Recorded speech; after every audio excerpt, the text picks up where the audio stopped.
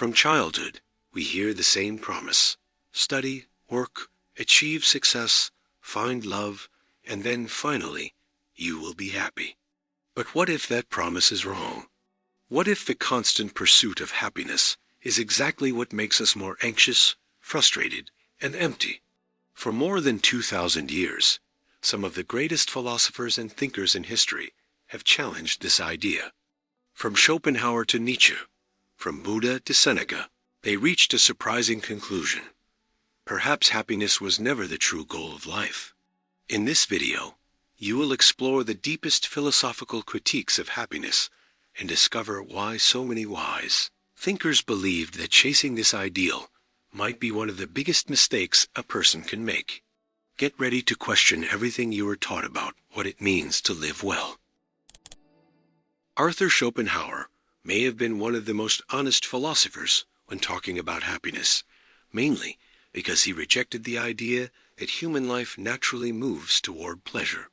In his work, The World as Will and Representation, he presents a view that at first seems pessimistic, but can also be deeply freeing. According to Schopenhauer, what we call happiness is not a permanent state or a final destination. Instead, it only appears when suffering fades away for a short moment. In other words, we don't experience happiness as something positive that fills us, but as a temporary relief from pain, anxiety, or lack. This idea challenges one of the most common beliefs in modern society, that if we achieve certain goals, we will finally be happy. From a young age, we are taught to believe that the next achievement will fix our emptiness. We think a new job, a promotion, a bigger house, a perfect relationship, or financial stability will bring lasting happiness. However, Schopenhauer observed that this cycle never ends. As soon as one desire is fulfilled, another takes its place. Satisfaction doesn't last long because human nature is constantly creating new needs. This is where one of the central concepts of his philosophy comes in: the will. For Schopenhauer, there is an irrational and endless force that drives all living beings. This will is never fully satisfied. It desires, achieves, loses interest, and immediately moves on to something else. No matter how much a person gains or accomplishes, the will continues to demand new goals. Because of this, human life becomes an almost endless chain of expectations, effort, and frustration. The philosopher even states that life swings like a pendulum between two extremes: pain and boredom. When we desire something we don't yet have, we suffer from lack.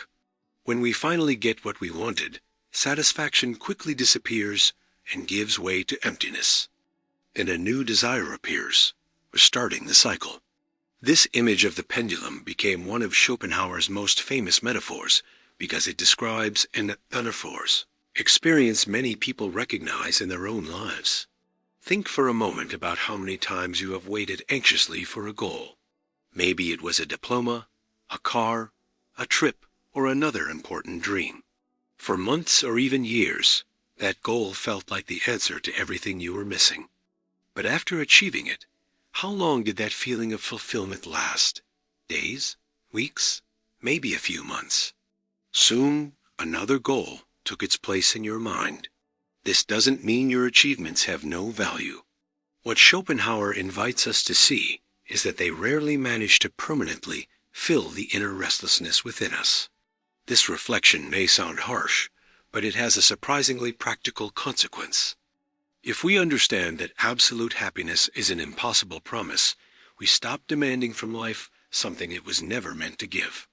A large part of human suffering comes from expecting to live in a constant state of satisfaction.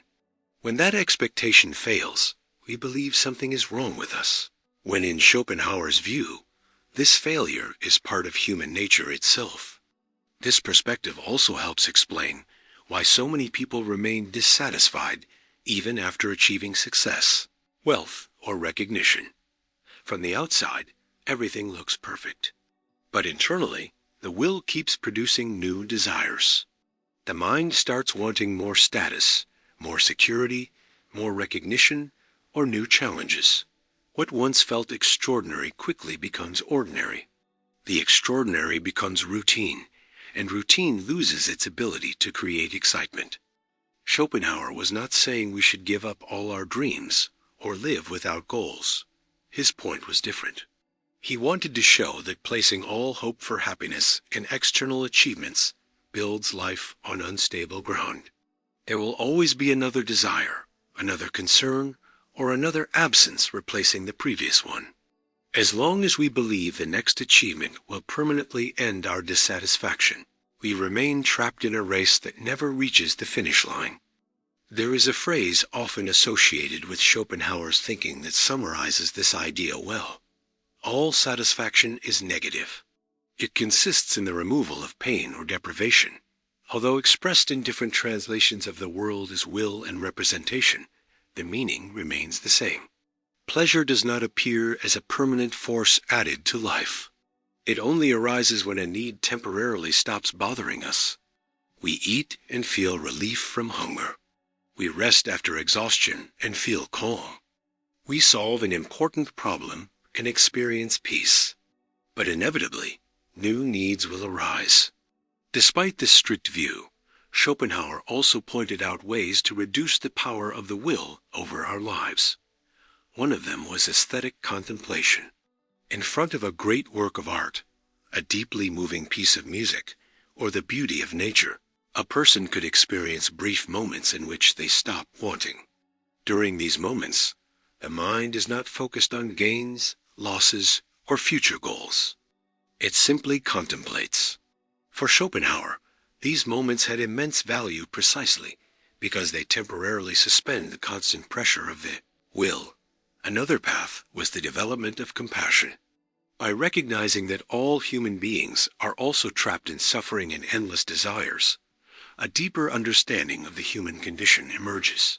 Instead of constantly competing or envying others, we begin to see that each person faces invisible struggles. This awareness reduces arrogance, weakens selfishness, and strengthens a more mature way of relating to others. Perhaps Schopenhauer's greatest contribution is not convincing people that life is sad, but freeing them from the illusion that permanent happiness is waiting just after the next achievement. This shift in perspective changes how we deal with expectations. Instead of chasing a perfect state that never arrives, we learn to value moments of peace precisely because we know they are temporary. Interestingly, this philosophy remains extremely relevant today. We live in an age that encourages us to believe we should be happy all the time. Social media shows seemingly perfect lives, constant success, and permanent smiles. Faced with these images, many people conclude that they alone are still struggling. Schopenhauer would quickly dismantle this appearance. For him, suffering is not a personal flaw, but a feature of human existence. The difference is that few people are willing to admit it. Perhaps that honesty is exactly where the strength of his thinking lies. When we let go of the expectation of constant happiness, we stop turning every difficulty into a personal failure. We begin to understand that life is made of cycles, losses, renewed desires, and also brief moments of peace. These moments do not need to be eternal to matter. In fact, it may be precisely their brevity that makes them so valuable. And by understanding this, we stop chasing an impossible happiness and begin to live with more clarity, accepting life as it truly is, rather than as we wish it to be. After understanding that happiness may be only a brief relief from suffering, an unavoidable question arises.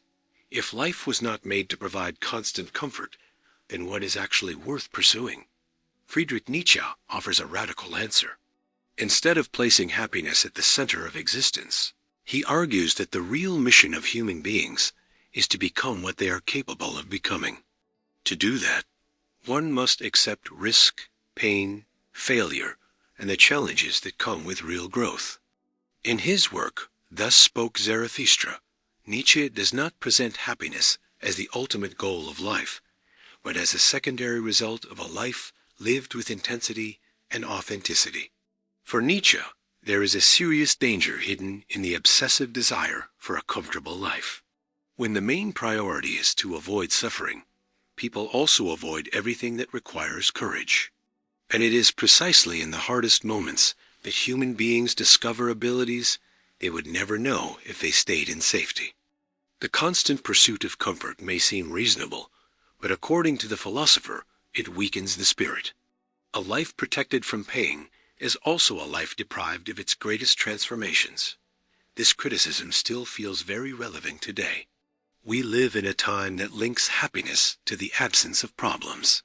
Many people believe an ideal life is one where nothing is uncomfortable, nothing is challenging, and everything goes as planned. Difficulties are seen as obstacles to well-being, when for Nietzsche they are exactly the ground where human greatness can emerge.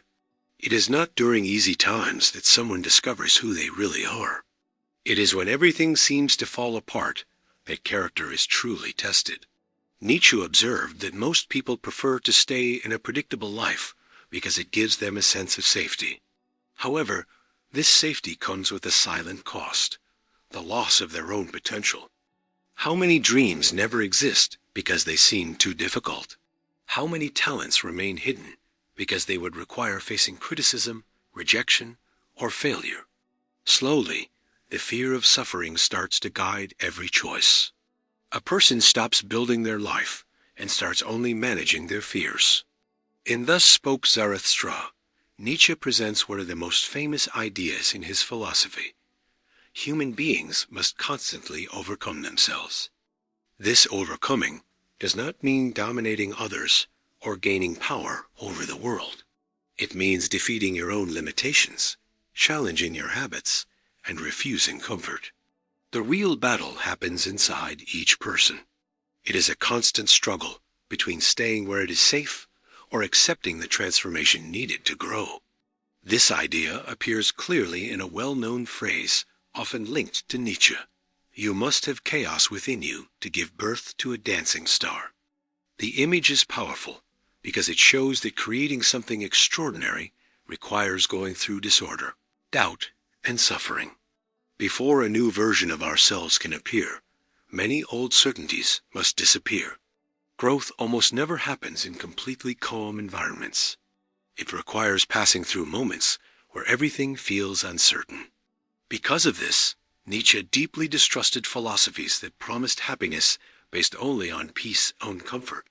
For him, a life without conflict would not be a fully human life, but a form of stagnation. Conflict is not only unavoidable, it can also be a tool for growth. Every challenge we face expands our ability to understand the world and ourselves.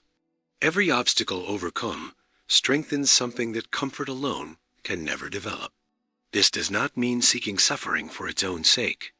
Nietzsche never claimed that pain is valuable by itself. What he criticized was the attempt to eliminate every difficulty from life. Pain can destroy, but it can also teach.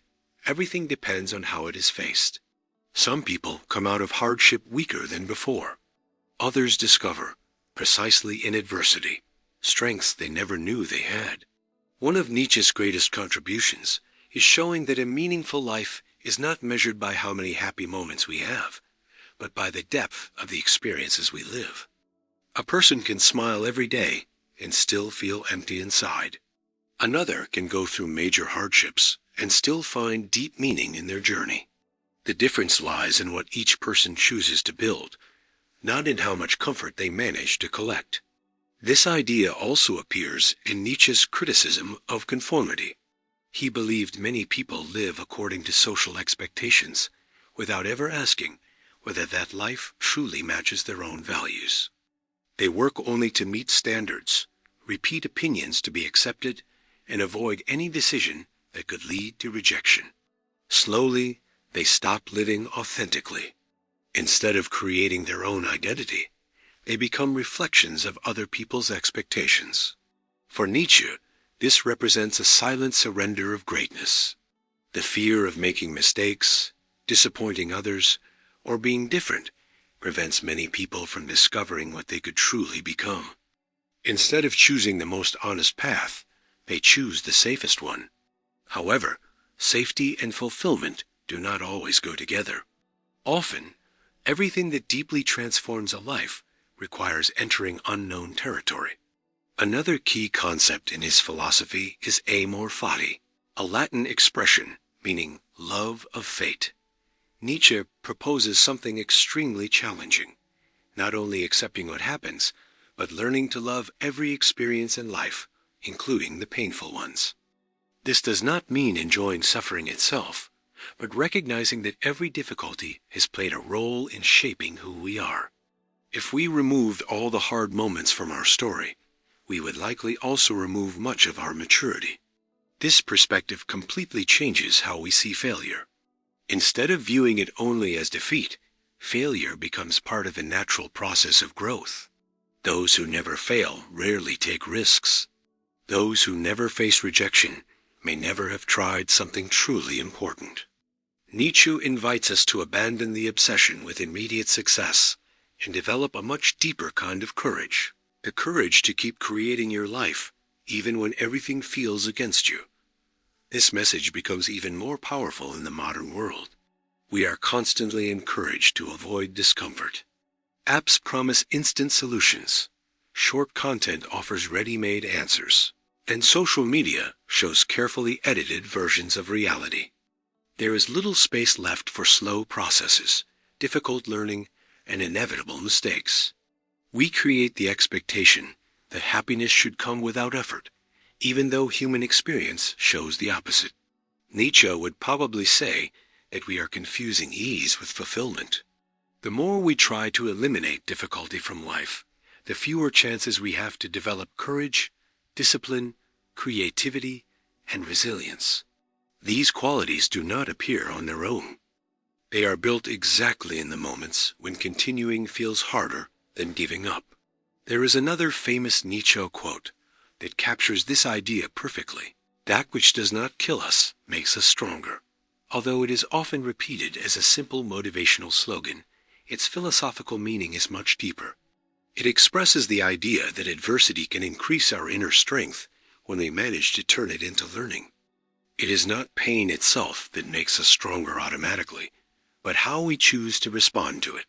Nietzsche was not telling people to reject happiness. He was proposing something much more ambitious. Instead of asking, "How can I be happy?" he invites each person to ask, "What kind of person am I becoming?" When this second question guides our choices, happiness stops being an obsession and becomes only an occasional result of a life built with courage, authenticity, and purpose. After all, for Nietzsche, true greatness is never born from permanent comfort. It is born from the willingness to face life exactly as it is, with all its risks, challenges, and possibilities for transformation. If Schopenhauer showed us that happiness is temporary, and Nietzsche challenged us to stop treating comfort as the goal of life, Seneca goes even deeper. He asks, what if the real problem is not suffering or life's challenges, but the dependence we create on external things?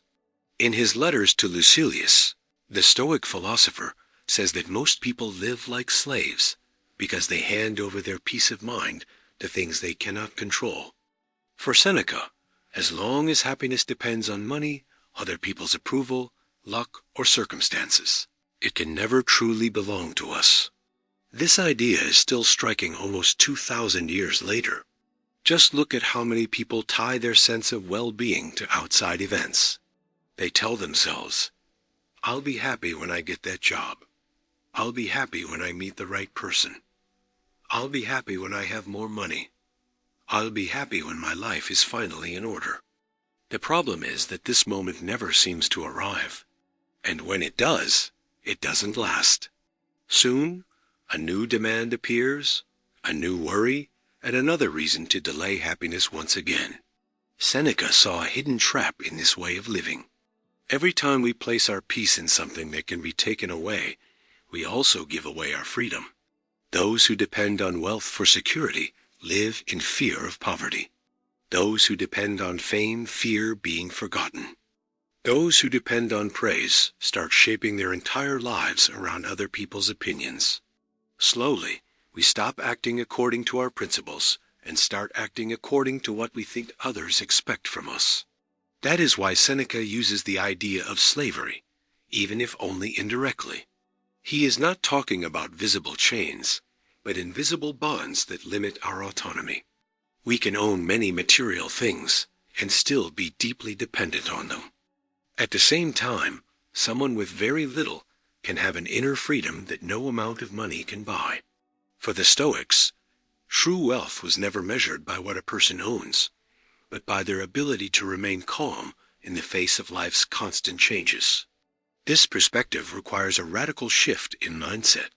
Instead of constantly asking what we are missing to be happy, Seneca invites us to ask how much of our peace we are handing over to the outside world.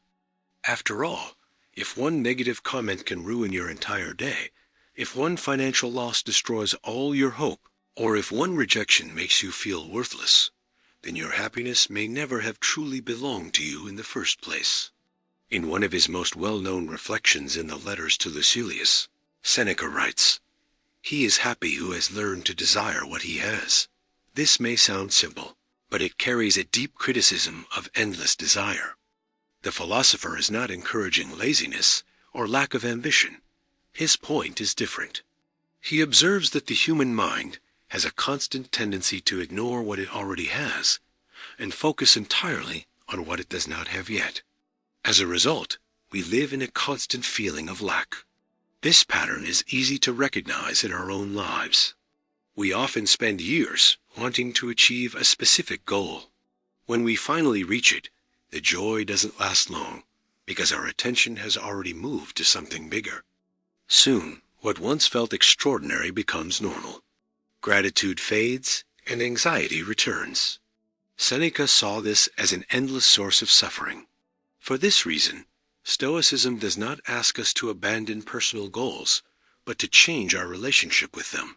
We can work, build wealth, develop our careers, and achieve major goals without making them a requirement for inner peace. The problem is never having things. The real danger is letting those things have power over us. This distinction is essential. A person can lose money and still remain honest, wise, and balanced. Another can keep all their wealth and still live in constant fear of losing it. Who is truly free? For Seneca, freedom does not mean controlling the world, but controlling our response to the world. This ability does not depend on external circumstances, but on the character we build every day. The philosopher also insisted that life is unpredictable. No one is protected from change. Health can fade, wealth can shrink, relationships can end, and social status can shift unexpectedly. Anyone who builds their happiness entirely on these external factors will inevitably suffer when they change. But those who develop a strong inner life can remain steady even through loss. This idea is not about rejecting emotions. Seneca did not argue that people should become cold or indifferent. He himself recognized that sadness, fear, and disappointment are part of human nature. What he criticized was allowing these emotions to take full control of our lives. The wise person feels emotions, but is not controlled by them. They experience hardship without losing their ability to act according to their values. There is a powerful passage where Seneca says, "It is not because things are difficult that we do not dare. It is because we do not dare that things are difficult." Although this quote is often repeated out of context, it captures an important part of his philosophy. Many of our struggles do not come from events themselves, but from how we interpret them. Excessive fear of the future often causes more suffering than the future itself when it actually arrives.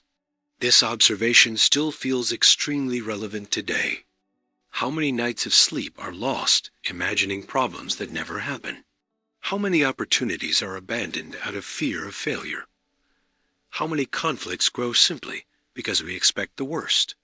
Seneca believed that much of human unhappiness is created by the mind itself, which insists on suffering in advance over uncertain situations.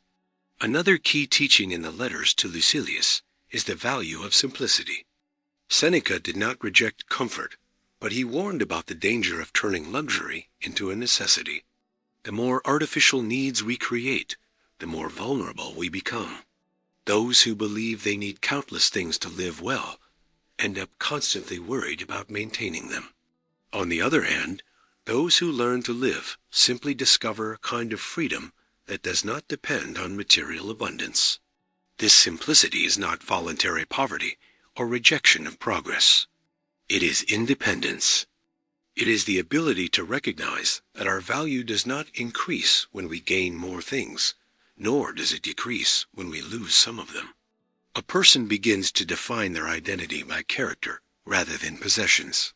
This shift may seem small, but it completely changes how we face life's uncertainties. Perhaps that is why Seneca insisted so much on daily reflection. Before trying to change the world, he believed we should carefully observe our own thoughts, desires, and impulses. Inner peace does not appear by chance. It is built slowly through conscious choices.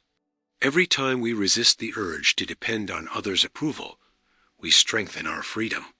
Every time we accept hardship without panic, we strengthen our character. Every time we value what we already have, we weaken the power of constant dissatisfaction. In a society that encouraged consumption, constant comparison, and endless pursuit of recognition, Seneca's thinking feels almost revolutionary. We are constantly pushed to believe that something is always missing for us to be complete. There is always a new product, a new goal, or a new image of success to chase. The result is a constant feeling of inadequacy, as if happiness is always a few steps ahead of us. Seneca responds to this anxiety with striking simplicity. Those who seek peace outside themselves will always depend on the changes of the world. But those who learn to build serenity within themselves discover a freedom that no external circumstance can fully take away. This is the essence of his philosophy. True happiness does not come from the accumulation of external pleasures, but from forming a soul capable of remaining steady, balanced, and virtuous, even when life does not follow the path we expected. After reflecting with Seneca on the danger of giving our peace away to external pleasures and possessions, Epictetus takes us even deeper. Why do we suffer so much when life doesn't go the way we planned? His answer, clearly presented in the handbook, also known as the Enchiridion, is surprisingly simple but powerful. According to him, most human suffering comes from trying to control what was never under our control in the first place. As long as we try to control people, events, and the future, we will keep destroying our own peace of mind. Right at the beginning of the handbook, Epictetus presents what may be the most important idea in Stoic philosophy. Some things are up to us, and some things are not. This distinction seems obvious at first, but very few people actually live by it. We spend huge amounts of energy trying to control other people's opinions, future outcomes, other people's decisions, unexpected events, and anything that simply is not within our power. When we inevitably fail at this impossible task, we treat the frustration as a personal failure. Epictetus believed this was the main mistake most people make. We don't suffer only because of life's events. We suffer because we demand that reality obey our wishes. We want everyone to understand us, for our plans to always work out, for no one to disappoint us, for time to preserve what we love, and for the future to follow exactly the script we imagine. When the world doesn't match these expectations, we feel anger, anxiety, and despair. What makes Epictetus especially remarkable is that he didn't develop this philosophy from a life of comfort. Before becoming one of the most influential Stoic thinkers, he was born into slavery. He experienced physical limits, humiliation, and almost no external freedom. Still, it was precisely in that condition that he discovered something extraordinary. No one can fully control life's circumstances, but there is always an inner space where our choices remain free. This lived experience turned his philosophy into something more than theory. It came from practice. For Epictetus, what truly depends on us is much smaller than we imagine, but also much more important. Our judgments, our choices, our intentions, and how we respond to events are under our control. On the other hand, perfect health, other people's approval, wealth, weather, how others behave, and the final results of our actions all belong to things we cannot fully control. Suffering begins when we confuse these two categories. Think about how often anxiety shows up even before something happens. A job interview, an exam, a difficult conversation, or any important situation usually brings a wave of worry. The mind tries to predict every possible outcome, as if imagining the future over and over could somehow change it. But no matter how much we think, certain factors will always be outside our control. Another person's behavior, unexpected events, or sudden changes in circumstances will never be fully up to us. According to Epictetus, wisdom is about directing all our energy toward what we can actually control. Instead of trying to control the outcome of an interview, we can control our preparation. Instead of trying to force someone to like us, we can control our honesty and respect. Instead of demanding that life be fair all the time, we can choose to act fairly, regardless of what others do. This shift in focus completely changes how we face challenges. There is a famous idea attributed to Epictetus that captures this teaching clearly. It's not what happens to you, but how you react to it that matters. This shows that suffering doesn't come only from events themselves, but from how we interpret them. Two people can face the same difficulty and react in completely different ways. The event is the same. What changes is the judgment about it. This does not mean denying pain. Epictetus never said that loss doesn't hurt, or that difficulties don't exist. Losing someone we love, facing illness, or going through deep disappointment naturally causes suffering. His main point is different. In addition to unavoidable pain, we often add a second layer of suffering through our resistance to accepting what has already happened. We spend days asking, "Why did this happen to me?" or imagining endless versions of how things could have been different. While we stay stuck in these thoughts, we stop dealing with the only reality that truly exists, the present. Acceptance, in this sense, should not be confused with passivity. Many people wrongly see Stoicism as a philosophy of doing nothing, as if the Stoic simply accepts everything without acting. Epictetus teaches the opposite. We should act with full effort whenever something depends on us. What we must let go of is the illusion of controlling what was never in our hands. There is a big difference between taking action and demanding guarantees about the outcome.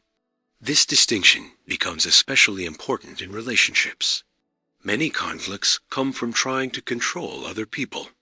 We want family members to think like us, friends to never disappoint us, partners to meet all our expectations, and coworkers to act according to our standards. The stronger this need for control becomes, the greater the frustration. Every person has their own freedom, fears, and choices. No healthy relationship can exist when we try to erase that autonomy. Epictetus suggests a quiet but powerful shift. Instead of controlling others, we should learn to govern ourselves. This is much harder. It's relatively easy to point out other people's mistakes. It is far more difficult to observe our own impulses, our pride, impatience, or resentment. True freedom begins when we realize that the main place for change has always been within us. Another fascinating aspect of his philosophy is the relationship between expectation and suffering. The more we believe life must follow our exact plans, the more vulnerable we become to unexpected events. Epictetus advised his students to constantly remember the unstable nature of existence. Everything we have can change. People age, circumstances shift, opportunities appear and disappear. Accepting this reality doesn't reduce our love for life. In fact, it increases our ability to appreciate it while it lasts. This awareness also reduces the constant fear of loss. When we understand that everything is temporary, we stop trying to prevent inevitable change. Instead of wasting energy resisting life's flow, we learn to respond calmly to each new situation. This calmness doesn't come from indifference, but from understanding that resisting what we cannot control only increases suffering. In a time marked by anxiety, Epictetus' thinking feels more relevant than ever. We have never had so many tools to plan the future, track other people's lives, and try to predict what will happen next. Yet the feeling of insecurity keeps growing. Maybe this happens because we confuse information with control. We may have more data, more calculations, and more strategies, but we will never fully eliminate the uncertainty that is part of human existence. Epictetus invites us to let go of this illusion. Peace does not come from controlling everything. It appears when we stop demanding impossible control. Happiness based on perfect external conditions will always be fragile, because the world is constantly changing. Today, everything may seem stable. Tomorrow, a single piece of news can completely change our plans. If our peace depends on these external conditions, we will always be at the mercy of chance. Epictetus' lesson is deeply freeing. True freedom is not making the universe obey our will, but developing a character that remains steady, even when the universe follows its own path. When we understand the difference between what is up to us and what is not, we stop wasting energy fighting the inevitable. And it is exactly at that moment that we begin to experience a more stable kind of peace, not because life has become perfect, but because we have learned to stay balanced, even in the middle of its unavoidable imperfections. For Marcus Aurelius, it is not enough to simply accept reality. We must also ask what our role within it is.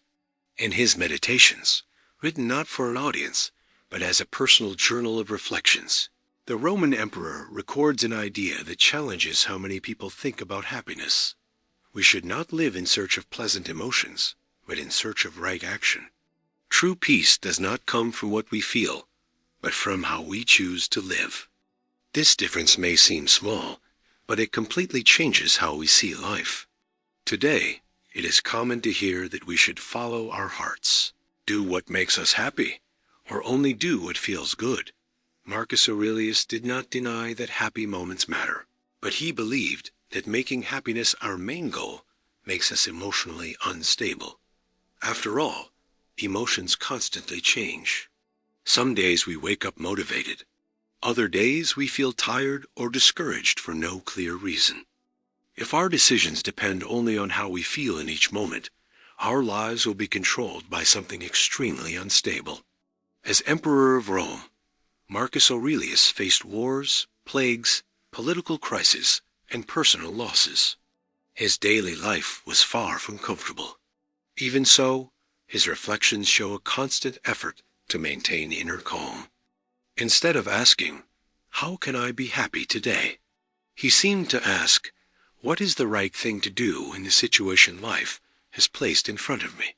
This shift reveals the heart of Stoic philosophy. The focus moves away from chasing pleasant feelings and toward a commitment to virtue.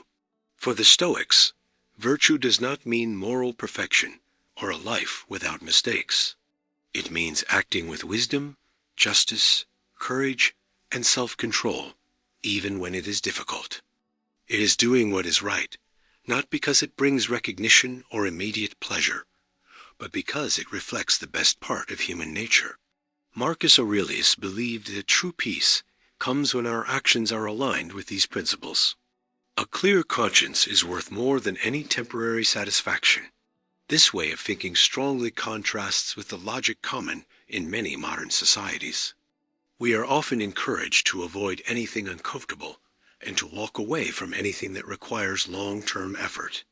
When work becomes difficult, we think about quitting. When a relationship faces challenges, we assume it may no longer make us happy. When a project demands discipline, we start to question whether it is worth it. Marcus Aurelius would see this mindset as a mistake. Not everything important is enjoyable all the time.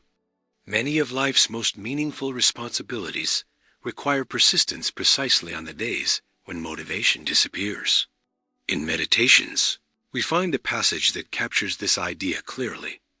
When you have trouble getting out of bed in the morning, tell yourself, "I rise to do the work of a human being."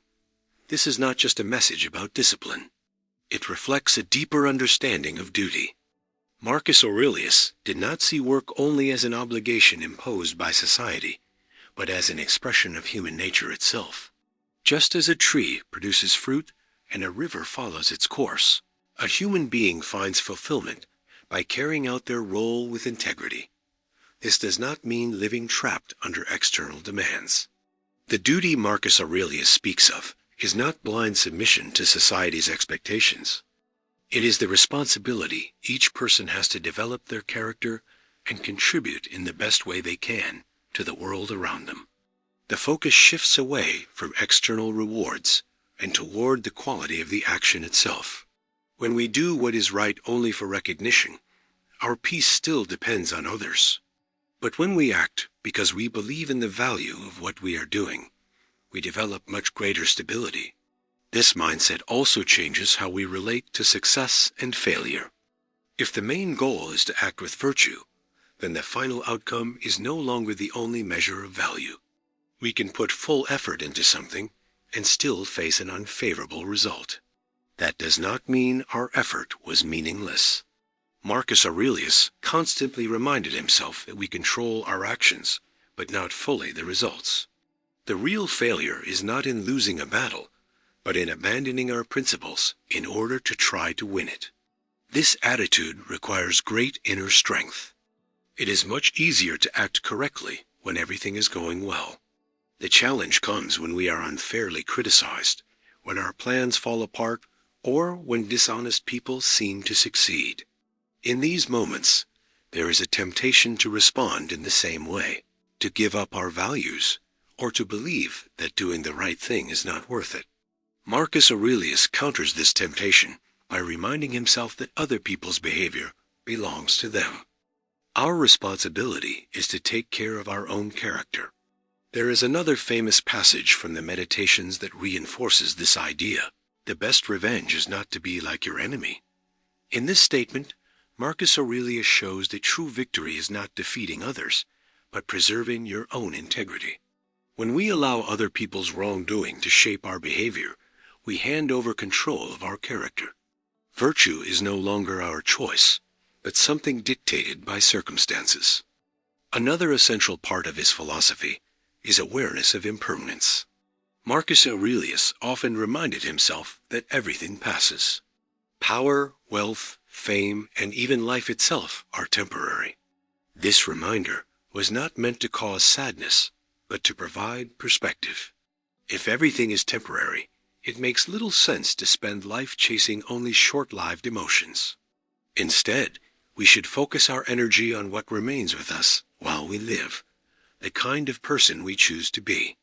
This reflection also reduces anxiety about the future. We often believe we can only be at peace when certain conditions are met. We wait for the perfect moment, the perfect job, complete stability, or a life without problems. Marcus Aurelius reminds us that life is happening now. Every day offers an opportunity to practice patience, courage, honesty, and justice. Peace is not a reward given at the end of the journey. It is something built in each decision we make with awareness. This is why Marcus Aurelius placed so much importance on self-discipline, not because he believed human beings should suppress their emotions, but because he understood that emotions cannot be the highest authority in our lives. We feel fear, anger, excitement, and sadness. All of these emotions are natural. The problem begins when we allow them to fully control the direction of our lives. The wise person observes their emotions, learns from them, but does not hand them control over their actions. In an age defined by the constant search for instant satisfaction, this message feels almost revolutionary. We are encouraged to consume quickly, quit quickly, and replace quickly anything that requires effort. Discomfort is seen as something to eliminate as fast as possible. Marcus Aurelius offers the opposite view. He invites us to stay firm even when things are difficult, because character is formed precisely in the moments when giving up would be easiest.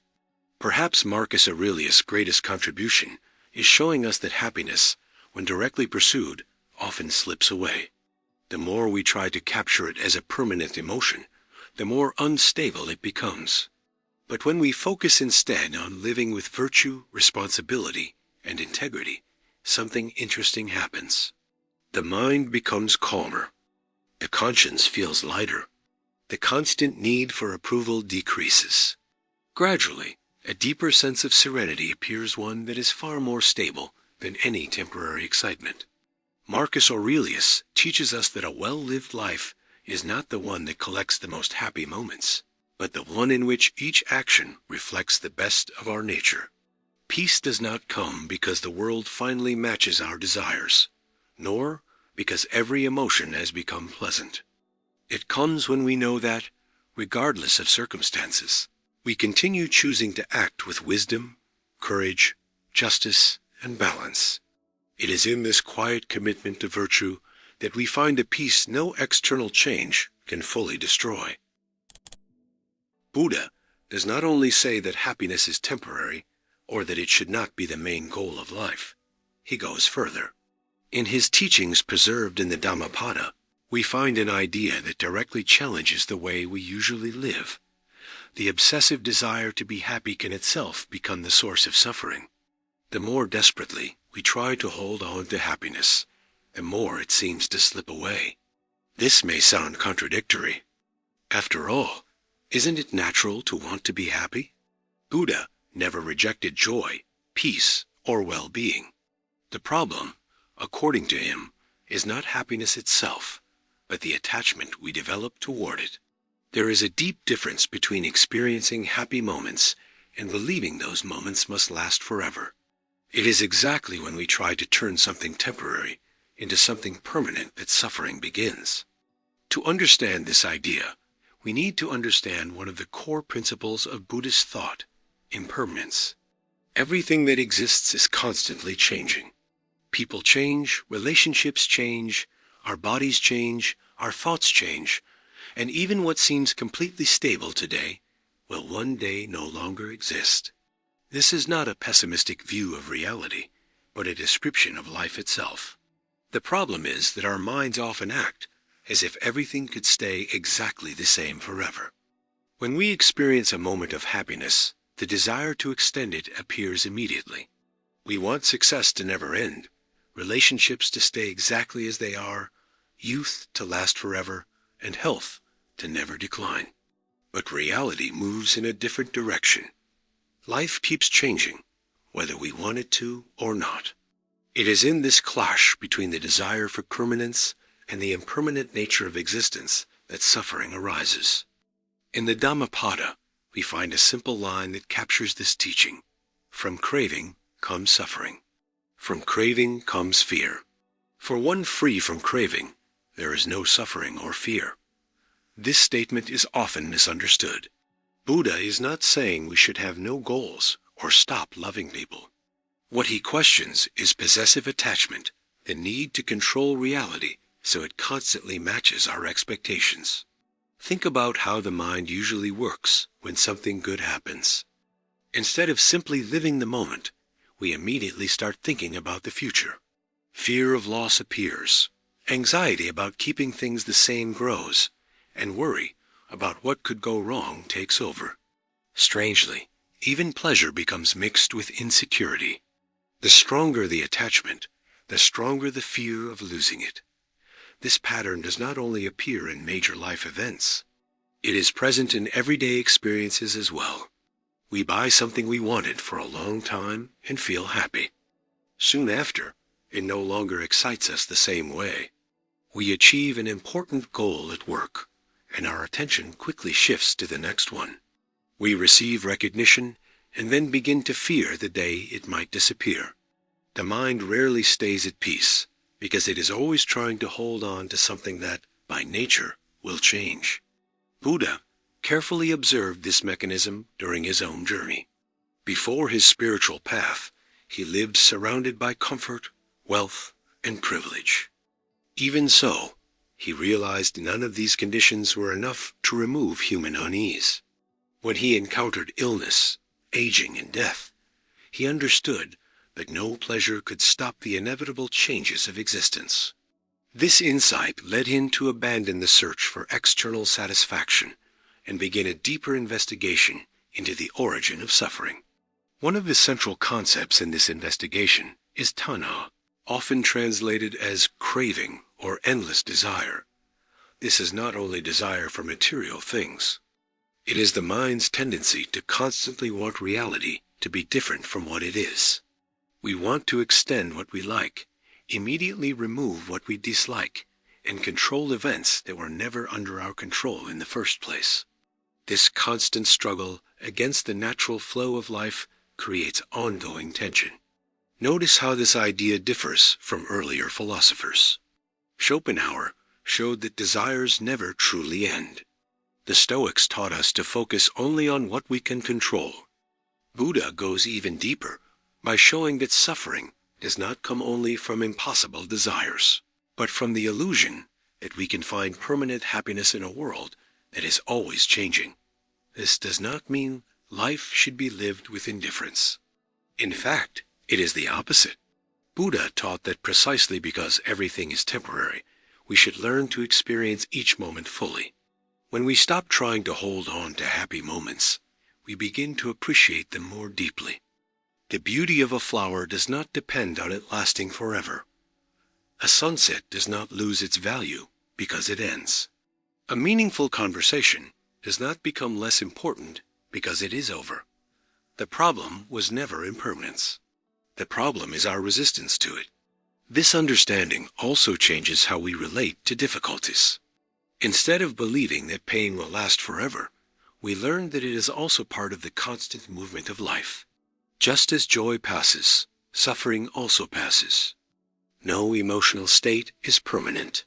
When we understand this, we stop feeding panic during hard times. They still exist, but they no longer feel endless. Another key teaching in the Dhammapada is the role of the mind in shaping human experience. Buddha says that the mind comes before all things. This means that it is not only external events that shape our peace, but mainly how we relate to them. A mind constantly driven by attachment, comparison, and expectation will struggle to find peace, even in favorable conditions. This is especially relevant in today's world. We are constantly encouraged to chase happiness. Advertising, social media, and motivational messages repeat every day that we should be happy all the time. Sadness is almost seen as a personal failure. Any discomfort must be removed immediately. There is silent pressure to show constant satisfaction, as if a successful life were one without suffering. Buddha would likely see this mindset as another form of attachment. The more we believe we must be happy all the time, the more we resist when sadness inevitably appears. Instead of accepting emotions as part of human experience, we fight them desperately. And this fight often creates even more suffering than the original pain itself. The practice of mindfulness, strongly associated with Buddhist teachings, emerges as a response to this problem. Being present means observing thoughts, emotions, and sensations without immediately clinging to or rejecting them. Joy is experienced while it is there. Sadness is also acknowledged without becoming a permanent identity. Gradually, the mind learns that everything arises, stays for a while, and then disappears. This attitude does not remove life's challenges, but it completely changes how we relate to them. Instead of chasing a final and permanent happiness, we begin to see that true peace may not depend on the absence of suffering. It appears when we stop demanding that reality constantly satisfy our desires. There is a quiet freedom in accepting that not everything has to go according to our expectations for life to still have value.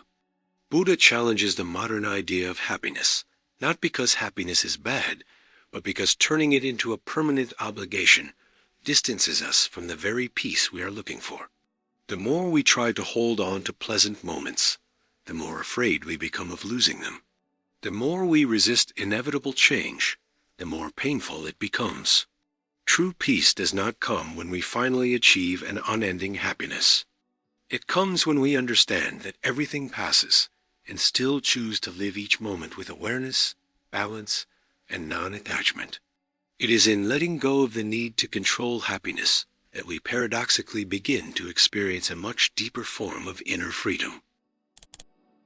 After understanding with Buddha that attachment to happiness can turn into suffering, Laozi invites us to look at an even more subtle aspect of existence.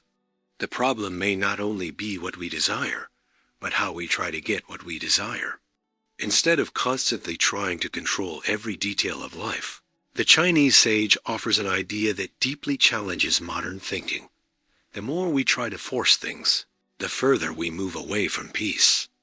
In his work, Tao Te Ching, Laozi teaches that true harmony does not come from a constant struggle to achieve happiness, but from the ability to live in tune with the natural flow of life. We live in a culture that values control. From a very young age, we are taught to plan everything, predict every problem, set strict goals, and believe that with enough effort, we can shape reality exactly the way we want. There is clear value in discipline and dedication, but Laozi points to a danger that often goes unnoticed. When we turn control into an obsession, we begin to fight against something that can never be fully controlled, the natural movement of life itself. To understand this teaching, we need to know the central concept of Taoist philosophy, the Tao. The word can be translated as the way, but its meaning is much broader. The Tao represents the natural order of the universe, the invisible principle that supports all changes in existence. Just as the seasons follow one another, rivers naturally find their course, and trees grow without anxiety, human life is also part of this greater movement. Suffering increases when we try to impose our will on this flow, as if we could force reality to follow only our plans. Laozi points out that there is a difference between acting and forcing. Acting is part of life. Forcing is acting driven by anxiety, impatience, and the need to control every outcome. It is believing that everything depends only on our ability to intervene. When this happens, we stop noticing the natural rhythm of situations and start wasting energy fighting against processes that require time, growth, and balance. One of the best-known teachings in the Tao Te Ching is the principle of Wu Wei, often translated as effortless action or non-action. This idea is often misunderstood. Laozi is not encouraging laziness or passivity. What he proposes is a way of acting that is not driven by constant tension. It is action that respects the right timing, that follows the natural course of events instead of trying to force them. An archer carefully prepares the shot, but cannot control the wind. A farmer works the land with dedication, but cannot command the rain to fall on a specific day. Some parts of life depend on our effort, and others simply follow their own timing. This view offers a deep criticism of how many people live today. Some turn every goal into a constant battle. Rest brings guilt, silence creates discomfort, and any delay is seen as failure. The mind stays constantly active, always imagining the next challenge, the next achievement, or the next problem to solve. Even when one goal is reached, another quickly takes its place. The result is a life marked by constant tension. Laozi would see this behavior as a separation from the Tao. When we lose the ability to follow life's natural rhythm, we start acting out of fear of falling behind. We rush so much in search of happiness that we stop noticing the moments of peace already around us. Constant hurry blocks awareness. The need to constantly produce blocks inner calm. Slowly, happiness itself becomes just another obligation. There is a well-known passage in the Tao Te Ching that expresses this idea in a very simple way. Nature does not hurry, yet everything is accomplished. This line reflects something we often forget. The universe does not operate through anxiety. No tree grows faster because it is worried. No river speeds up its course out of fear of not reaching the ocean. Everything happens according to its own rhythm. It is human beings who often break this harmony by trying to rush processes that require time. This does not mean abandoning dreams or giving up responsibilities.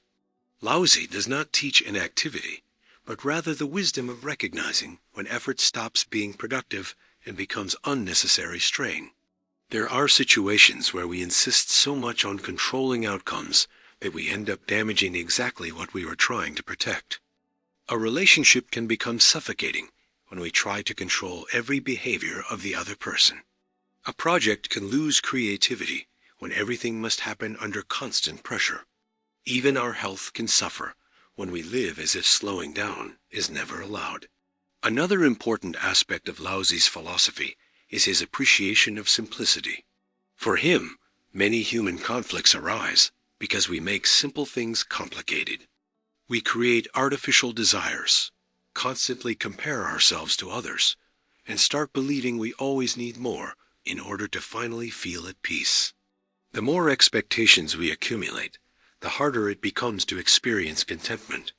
This critique feels especially relevant today. In a society where success is often measured by productivity, speed, and the number of achievements, slowing down almost feels like failure. We are encouraged to fill every minute of the day, respond instantly to every demand, and even turn leisure into performance. Laozi offers a completely different perspective. He suggests that true strength often appears in the ability to not act impulsively.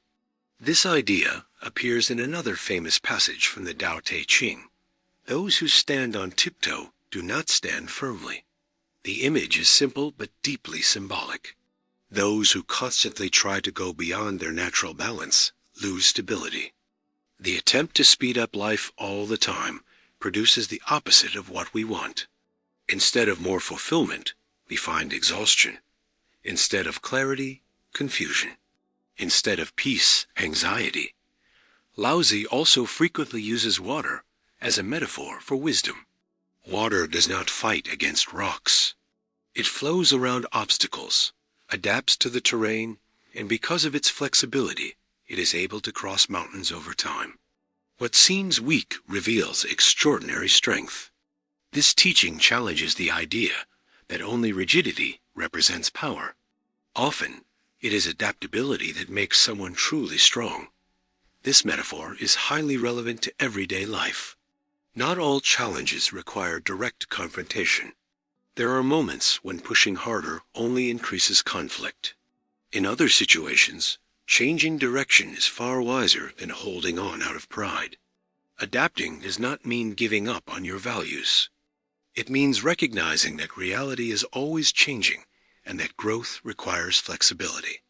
Another key point in Laozi's thought is humility in the face of existence. The more we believe we control everything, the greater our frustration tends to be when unexpected events occur. The Taoist sage prefers to acknowledge the limits of human understanding. Instead of trying to fully dominate the future, we learn to walk with it. This attitude reduces anxiety because it replaces the need for certainty with trust in the process of life. This trust is not naivety. Laozi knows that difficulties will continue to exist. The Tao does not remove storms. It simply teaches that every storm is also part of the natural movement of the world. Desperately resisting every change only increases exhaustion. When we understand that transformation is inevitable, we develop a calmness that does not depend on external stability. In today's world, where happiness is often presented as a goal to be achieved through constant effort, consumption, and performance, Laozi offers one of the most subtle yet profound critiques. Maybe we are not suffering only because we have not found happiness yet. Maybe we are suffering because we have turned happiness itself into something that must be forced. The more we chase it, the more tension we create. The more we try to lock life into our plans, the more we see it continue following its own path. Laozi reminds us that peace does not come when we finally control everything. It appears when we learn to move in harmony with what cannot be rushed. Happiness stops being a reward at the end of an endless race and begins to appear naturally in the moments when we let go of the need to control everything. It is in this balance between action and acceptance, between effort and trust, that we find a deeper form of serenity than anything achieved through force. After all, according to Laozi, life does not need to be pushed in order to grow. It simply needs space to follow its own way. For Confucius, it is not enough to live in peace with yourself. We must also ask what kind of person we are becoming while we search for that peace. In his Analects, Confucius teaches that happiness built without character, integrity, and moral responsibility is empty. It may bring momentary satisfaction, but it will never create a truly meaningful life. This idea is still very relevant today. We live in a time when success is usually measured by results. How much someone earns, how many followers they have, how much recognition they've gained, or how many desires they've fulfilled often seem like the main standards for a successful life. Confucius completely reverses this logic. For him, a person's value is not in what they achieve, but in how they choose to achieve it. This difference is essential. Imagine two people who reach the exact same level of prestige. One built their path with honesty, respect, and responsibility. The other got there through manipulation, lies, and exploiting others. To the world, both may look equally successful, but for Confucius, there is a huge gap between them. Satisfaction gained without virtue does not strengthen the soul. On the contrary, it quietly weakens character. In the Analects, Confucius says, the virtuous person understands what is right. The ordinary person understands only what brings them advantage. This reveals a deep contrast between two ways of living. One constantly asks, what do I gain from this? The other asks, what is the right thing to do? The first places self-interest above everything.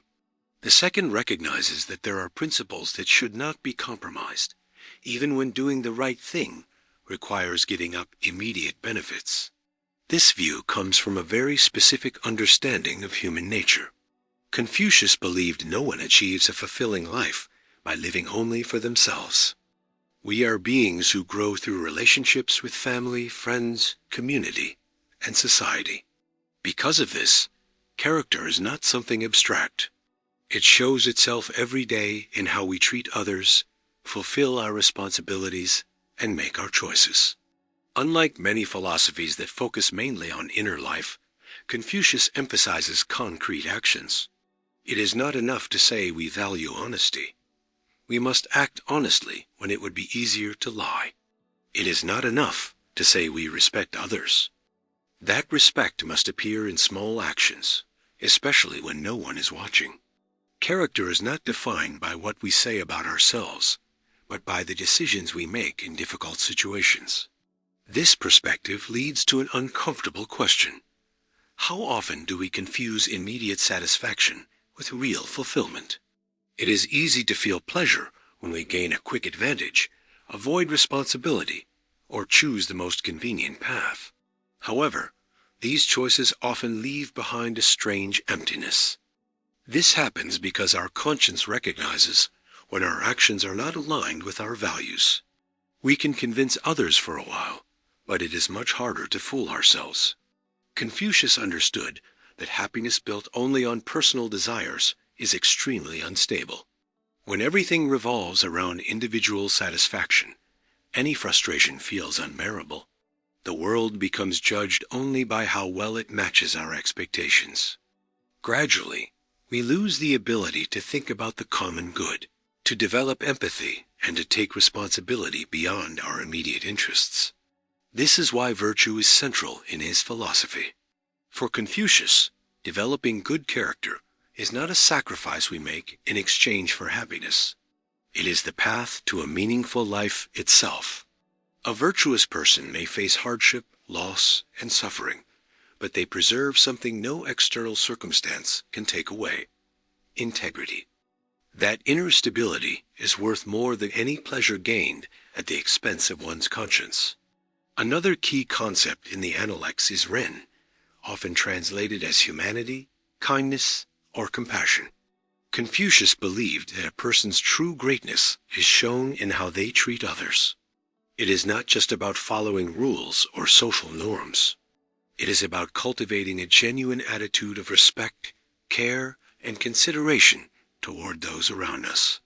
This idea is still very relevant.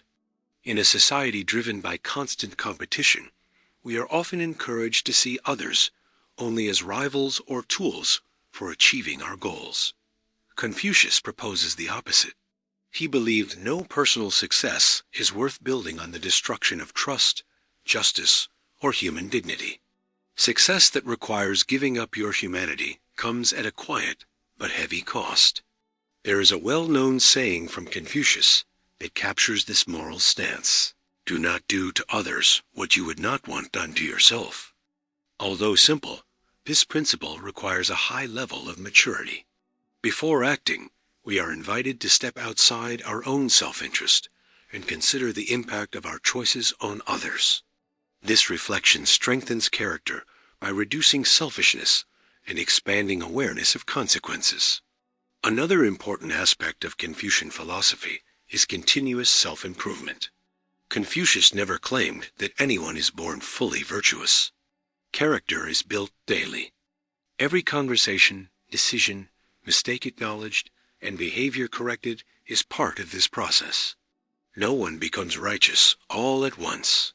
Virtue is the result of a lifelong commitment to moral growth. This view also changes how we understand failure. Instead of seeing mistakes as a reason to give up, Confucius sees them as opportunities to learn.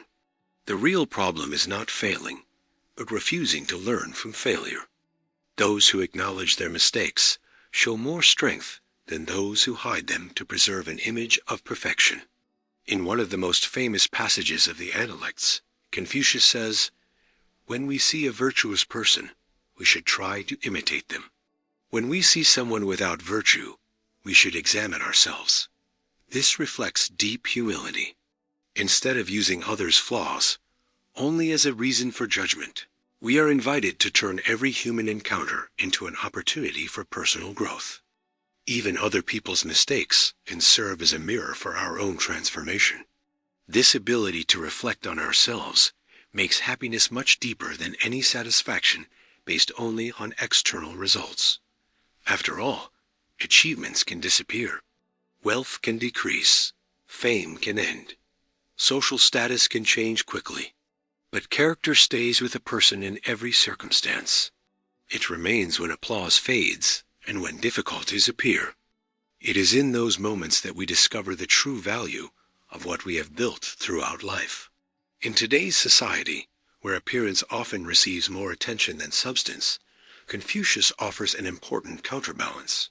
We are surrounded by pressure to look successful, intelligent, and happy. Little is said about the quiet effort required to build good character. Yet no image created to impress others can replace the peace of an honest conscience. That is why Confucius emphasized so strongly the alignment between words and actions. Speaking about virtue is relatively easy. Much harder is staying honest when lying would be more convenient, acting fairly when no one will demand accountability, or remaining respectful when others treat us unfairly. It is in these quiet moments that character is truly revealed. Happiness should not be measured only by the intensity of pleasant emotions or the number of desires fulfilled. A life may look comfortable and still be morally empty. On the other hand, a life marked by responsibility, respect, and integrity can offer a kind of peace that no superficial pleasure can provide. True fulfillment comes when external achievements grow alongside the development of character. Because for Confucius, the greatest victory of a human being is not simply getting what they want, but becoming someone worthy of what they have achieved. It is this union between virtue and life that turns temporary satisfaction into truly meaningful happiness. Miyamoto Musashi, one of the most famous samurai in Japanese history, lived in a world shaped by combat, quick decisions, and constant challenges. However, his greatest battle was never against other warriors. In the Book of Five Rings, Musashi makes it clear that a person's real enemy is within themselves. For him, anyone who lives only in search of pleasure and happiness becomes vulnerable. The true warrior does not guide their life by momentary emotions, but by self-control. This idea strongly contrasts with how many people understand happiness today. We are often encouraged to do only what motivates us, what feels exciting in the moment, or what brings quick satisfaction. Discipline is often seen as a burden, while pleasure is treated as the main goal of life. Musashi argues the opposite. He believed a life guided only by pleasure weakens the spirit, because it makes us dependent on favorable circumstances in order to act. The samurai deeply understood human nature. He knew that everyone likes to act when they feel motivated. The real challenge appears on the days when motivation disappears. That is where discipline shows its value. While motivation is unstable and changes with mood or circumstances, discipline remains. It allows a person to keep moving forward even when enthusiasm is gone. This difference may seem simple, but it completely changes how we face life. Imagine someone learning a new skill, building a career, or working on an important project. In the beginning, everything feels exciting. There is energy, curiosity, and hope. But inevitably, fatigue, difficulty, and repetition appear. That is exactly where many people give up. They confuse the loss of excitement with proof that they chose the wrong path. Musashi would say, this is the moment when real learning finally begins. In the Book of Five Rings, Musashi states that one must know the way of all professions.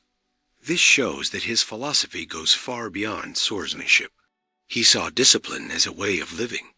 The warrior observes, learns, trains, and constantly improves. Not because every day is enjoyable, but because excellence requires repeated, intentional practice. Mastery never comes from ease. It is built quietly through consistent effort. This view challenges one of the biggest illusions of the modern world, the belief that meaningful results should come quickly. We are surrounded by promises of instant success, fast learning, and immediate rewards. When results take time, frustration appears. Musashi teaches the opposite. For him, those who rush often abandon the path before real transformation happens. There is a well-known passage where he says, "Today, win against your yesterday self. Tomorrow, win over your weaker self." This sentence captures the core of his philosophy. The most important competition is never against other people. The real opponent is our own tendency toward laziness, procrastination, and fear. While many people measure their worth by comparing themselves to others, Musashi suggests a different standard. Compare yourself only to who you were yesterday. This shift in perspective removes much of the anxiety caused by constant competition.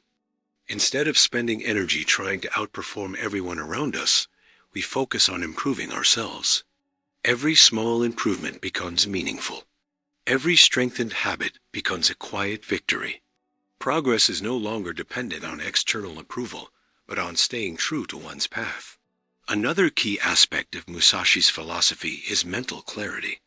A warrior controlled by fear, anger, or excitement loses the ability to see reality clearly. In combat, acting impulsively can be fatal. In everyday life, the consequences may not be immediate, but they are still serious. How many bad decisions are made simply because we react in the heat of the moment? How many relationships are damaged by words spoken without thinking?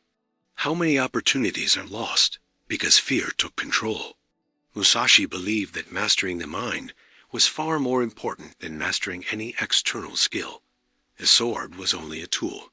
Real strength came from the calmness of the person holding it. This lesson is still highly relevant. We can gain knowledge, resources, and skills, but without learning to manage our impulses, we remain vulnerable to our own emotions. This inner control also requires humility. One of the greatest dangers for a warrior is believing they already know enough. Musashi constantly warned about the need to keep learning. Those who think they are fully prepared stop observing, stop correcting mistakes, and stop growing. Discipline is not just repeating what we already know. It is maintaining a constant mindset of learning. This attitude is closely connected to how we deal with failure. Many people see mistakes as proof of weakness. Musashi saw them differently. Mistakes reveal areas that still need improvement. Failure is not the opposite of discipline. It is part of it. Those truly committed to growth use every difficulty as a chance to adjust their path. Another important teaching in the Book of Five Rings is simplicity. Musashi did not admire unnecessary movement or overly complicated strategies.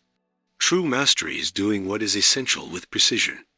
This idea applies far beyond martial arts. We often complicate our lives by trying to impress others, taking on meaningless commitments, or chasing shortcuts that create even bigger problems. The master removes excess and focuses energy only on what truly matters. This simplicity requires focus. In a world full of constant distractions, staying focused on one task has become difficult. Notifications, information, and new demands interrupt attention all the time. Musashi would likely see this scattered focus as a major obstacle to human development. A warrior divided among many distractions can hardly achieve excellence in any path. There is also a deeply philosophical side to his work. Although known as a swordsman, Musashi did not write only about winning battles. He wrote about becoming a person capable of facing any situation with balance. The true warrior is not someone who seeks conflict, but someone prepared to act correctly when conflict inevitably appears. Strength does not come from aggression, but from self-mastery. This difference is essential. We often think strength means forcing our will on others. Musashi shows that true strength lies in controlling oneself. It is far harder to defeat pride than to defeat an opponent. It is far more difficult to remain disciplined for years than to achieve a single victory. Real mastery happens in the silence of daily routine, when no one is watching. In today's society, where happiness is often presented as a constant flow of pleasure and instant satisfaction, Musashi's thinking offers a powerful critique. He reminds us that a comfortable life is not always a strong life. When we avoid all discomfort, we also avoid the experiences that build courage, patience, and perseverance. Pleasure may feel good, but it rarely transforms a person deeply. Discipline, on the other hand, slowly changes how we think, act, and face the world. Perhaps that is why Musashi never placed happiness as a priority. For him, constantly chasing good feelings makes a person dependent on temporary emotional states. Discipline offers something much more solid. It allows action even when emotions do not help. It builds character when motivation disappears. It creates stability in a world where almost everything changes. The greatest lesson of Miyamoto Musashi is not the art of the sword, but the art of self-mastery. The true warrior does not wake up each day waiting to feel motivated or happy. They wake up ready to follow their path with dedication, balance, and consistency. Because they understand that emotions pass, pleasure is unstable, and circumstances change. Character, however, is built choice by choice. And it is this quiet discipline, practiced day after day, that turns an ordinary life into one marked by strength, calmness, and true inner mastery. Niccolò Machiavelli, in his work The Prince, observes politics as it truly works, not as we wish it worked. His conclusion is uncomfortable but deeply realistic. Anyone who makes important decisions guided only by the desire to make everyone happy will inevitably fail. There are moments when choosing the right path means accepting unpopularity, facing criticism, and giving up immediate approval. This reflection is not limited to rulers. Although The Prince was written about political leadership, its lessons apply to anyone who has responsibilities. Parents, teachers, business owners, managers, and even individuals managing their own lives all face situations where pleasing everyone is simply impossible. The greater the responsibility, the more necessary it becomes to make decisions that will not always be well received. We live in a time marked by a constant search for approval. Social media has turned likes, comments, and shares into signals of acceptance. Many people now measure the value of their choices by how others react. Before acting, they silently ask, "Will people like this?" In many cases, this concern becomes so strong that the fear of rejection ends up guiding their entire lives. Machiavelli would see this as a major weakness in any leader. In The Prince, he states that a prudent ruler should not base decisions only on popularity in the moment, but on stability and the preservation of the state. This idea is often misunderstood, as if Machiavelli were defending any action in the name of power. But his point is more complex. He is showing that there is a difference between what pleases people immediately and what produces good results in the long run. Many responsible decisions cause discomfort in the present precisely because they require sacrifice, discipline, or difficult change. This difference can be seen in many areas of life. A doctor does not always tell a patient what they want to hear. A responsible teacher does not automatically pass all students just to avoid conflict. A parent sets boundaries even knowing that children may not understand them at the time. In all these cases, focusing only on immediate satisfaction can lead to far worse consequences later. Machiavelli believed that a leader who cannot withstand criticism will struggle to act wisely.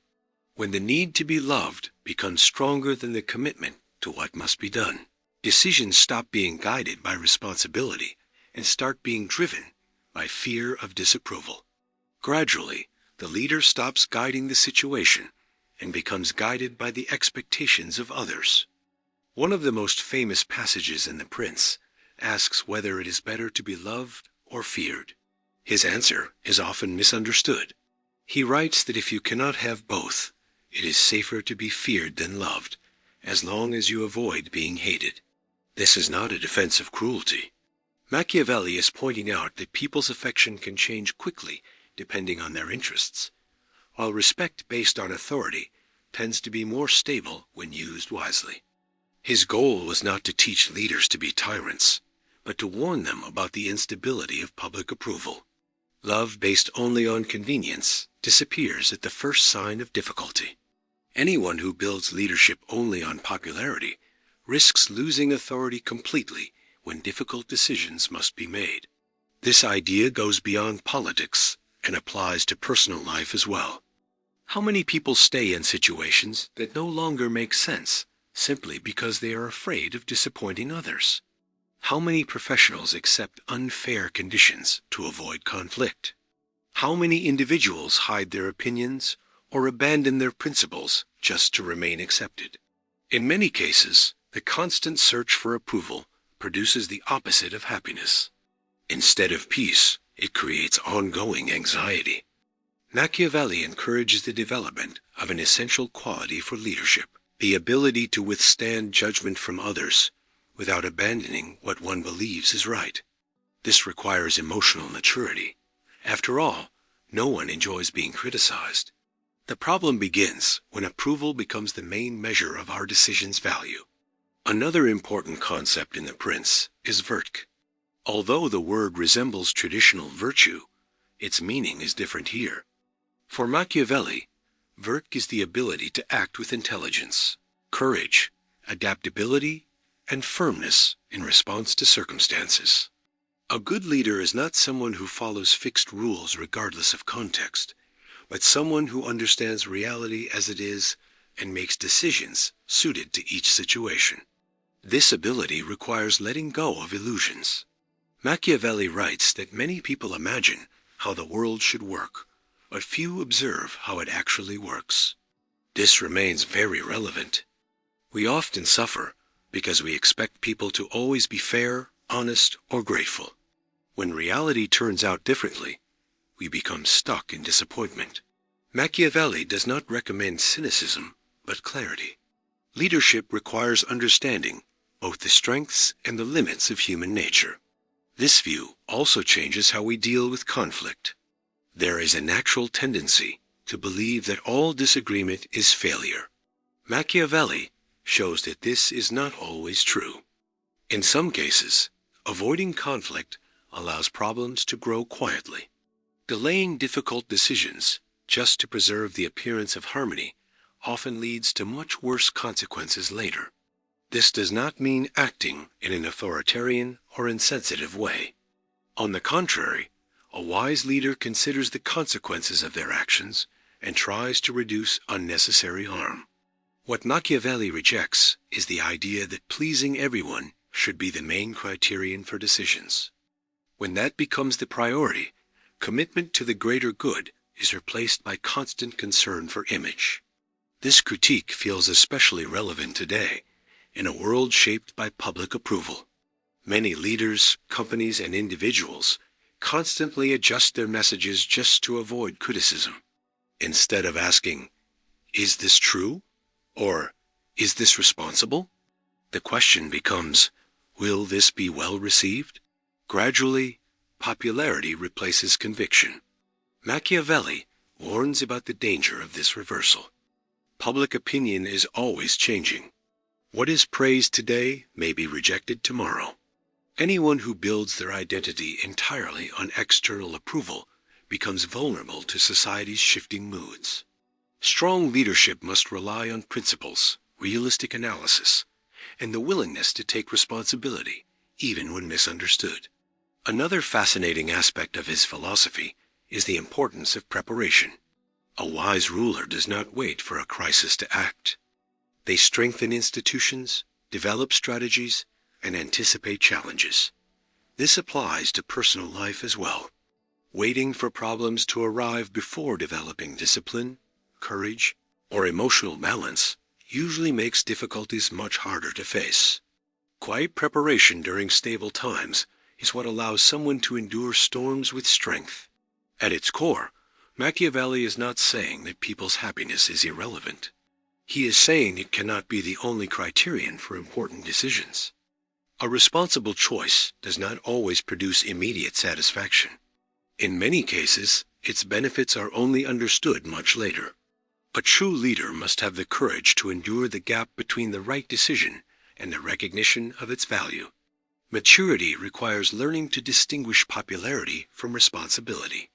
The constant desire to please everyone weakens judgment, undermines leadership, and traps individuals in the opinions of others. True wisdom is not about avoiding all criticism, but about knowing when it is worth enduring it. After all, anyone who makes approval their highest priority stops leading their own life and starts being led by the expectations of the world. Those who choose instead to act with clarity, courage, and responsibility discover a much deeper freedom than any temporary praise could ever offer. What if most people are actually wrong about what happiness is? In the Republic, Plato argues that many people confuse pleasure with true fulfillment. For him, feeling pleasure and living a good life are not the same thing. Pleasure can be intense, immediate, and enjoyable, but it can also pull us away from what truly improves the soul. True happiness, according to Plato, happens when reason is in control of life and keeps every desire in its proper place. This distinction is one of the most important ideas in ancient philosophy. When we hear the word happiness, we usually think of joy, comfort, or satisfaction. Plato did not deny the value of these experiences, but he believed they were not enough to define a truly fulfilled life. A person can experience many pleasures and still feel an inner emptiness. At the same time, someone can go through hardship and still build a deeply meaningful life. To understand this, we need to see how Plato viewed the human being. In the Republic, he describes the soul as having three parts. The first is the rational part, responsible for wisdom and judgment. The second is the spirited or emotional part, connected to courage, pride, and the drive to act. The third is the appetitive part, where desires, pleasures, and physical needs live. According to Plato, a balanced life happens when reason leads the other two. Suffering begins when desires take control and start directing all decisions. This idea is still very relevant today.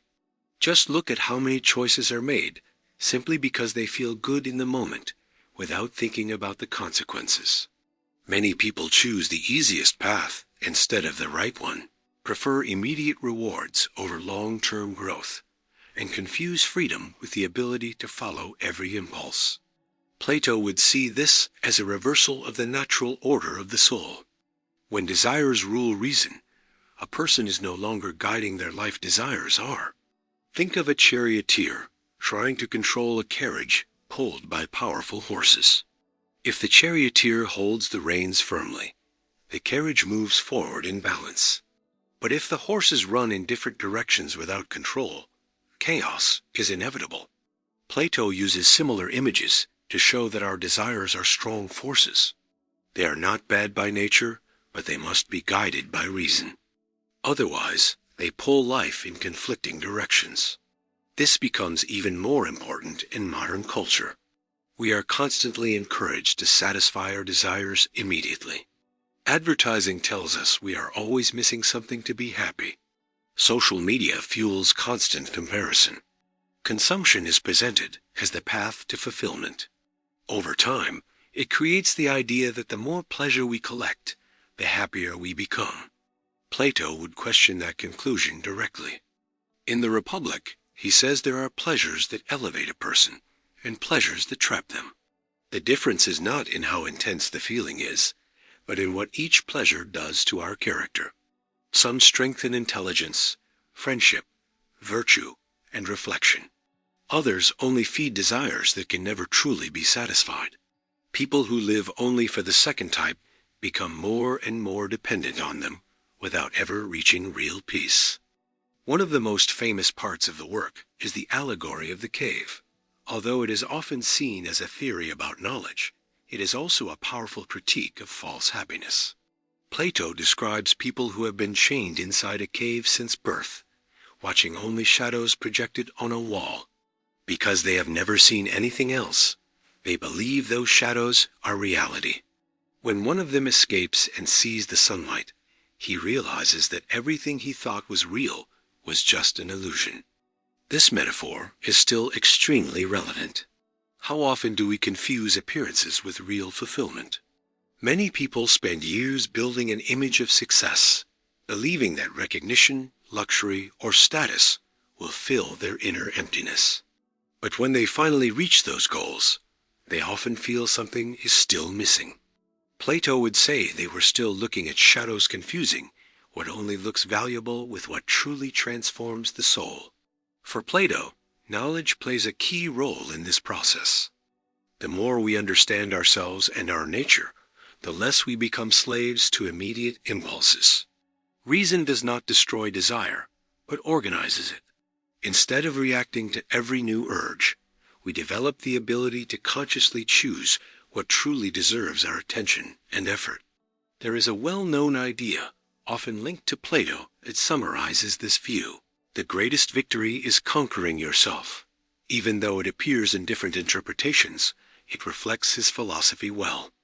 Before trying to control the external world, we must learn to govern our own soul. This inner leadership is far more difficult than any external achievement. Another important theme in the Republic is the connection between justice and happiness. Plato argues that an unjust person can never be truly happy, even if they have wealth, power, or fame. That is because injustice creates disorder within the soul. Someone who lies, exploits others, or acts only for personal gain breaks their inner harmony. They may feel pleasure, but they will rarely find peace. This idea strongly contrasts with the belief that success justifies any means used to achieve it. Plato insists that true happiness cannot exist when character is sacrificed. The soul becomes like a city where different groups fight for power without order, creating constant conflict.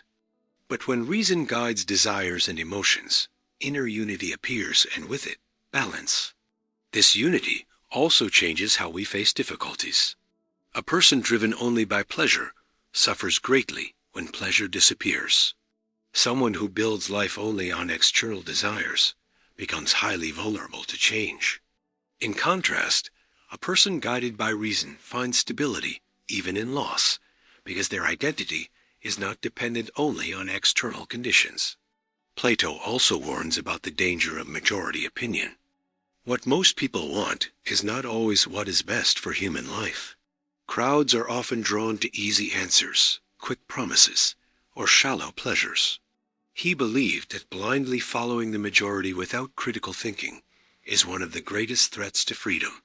Truth is not decided by how many people believe it.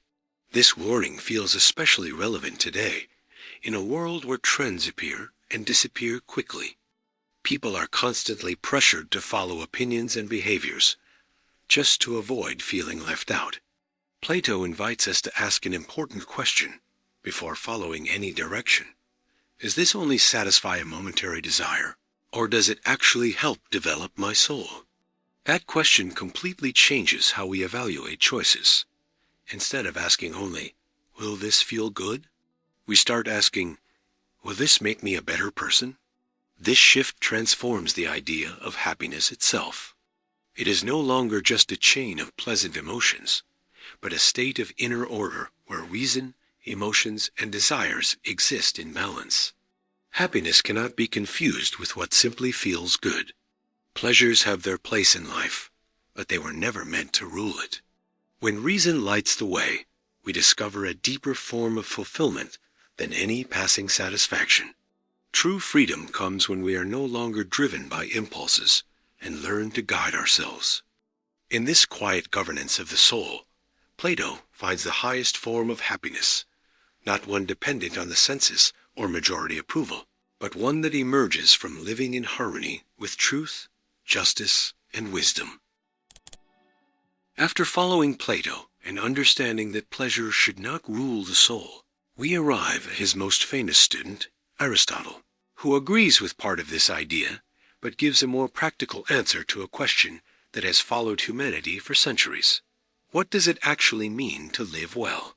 In his work Nicomachean Ethics, Aristotle says that happiness is not a passing emotion or a constant state of excitement. It is the result of an entire life built with wisdom, balance, and virtue. In other words, happiness is not what we feel at certain moments, but what we become over time. This difference is very important. Today, when someone is asked if they are happy, the answer is usually based on how they feel that day. If things are going well, they say yes. If problems appear, they think happiness has disappeared. Aristotle saw it differently. For him, reducing happiness to emotions is a big mistake, because emotions constantly change. No one feels happy all the time, just as no one feels sad forever. If happiness depended only on these ups and downs, it would be impossible to build a stable life. That is why Aristotle uses a key concept in his philosophy, eudaimonia. This Greek word is often translated as happiness, but its meaning is much deeper. It can be understood as human flourishing, full fulfillment, or a life lived according to the highest potential of human nature. It is not about collecting pleasure, wealth, or recognition. It is about developing the qualities that make a person truly excellent.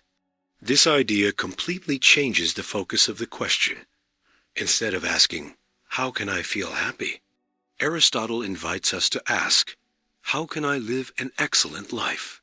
When this shift happens, happiness is no longer a distant goal. It becomes the result of the choices we make every day. Aristotle believed that every being has a purpose. A seed is meant to become a tree. A musical instrument is meant to produce music. In the same way, human beings have a specific function, to live according to reason, developing their intellectual and moral abilities. When someone wastes this potential, they may experience many pleasures, but they will hardly reach a truly fulfilled life. This idea is still very relevant today. Many people spend years chasing intense experiences, new achievements, or quick satisfaction, but rarely ask whether they are actually developing their character. They learn many professional skills, but spend little time cultivating wisdom, courage, honesty, or generosity. Aristotle would remind us that no external achievement can replace what we fail to build within ourselves. To explain this process, he presents one of the most famous ideas in Nicomachean ethics: we become what we repeatedly do. Excellence does not come from a single great action, but from the constant repetition of good choices. A person does not become just by occasionally doing something fair. They become just by making fairness a habit. In the same way, courage, discipline, honesty, and generosity do not appear on their own. They are slowly developed through daily practice. This view offers real hope. Character is not only determined by the talents we are born with, it can be built. Every decision strengthens or weakens certain habits. Over time, what once required effort becomes part of who we are. This is how an excellent life is formed. Another key concept in Aristotle's philosophy is the golden mean. He observed that both excess and lack usually create imbalance. Courage, for example, lies between cowardice and recklessness. Someone who avoids every challenge fails to grow. Someone who takes unnecessary risks also lacks wisdom. The same applies to many virtues. Generosity lies between greed and wastefulness. Confidence lies between insecurity and arrogance. Balance requires judgment. This idea is especially important because it shows that living well does not mean removing desires or emotions. Aristotle did not defend a life of constant denial. He recognized that pleasure is part of human experience.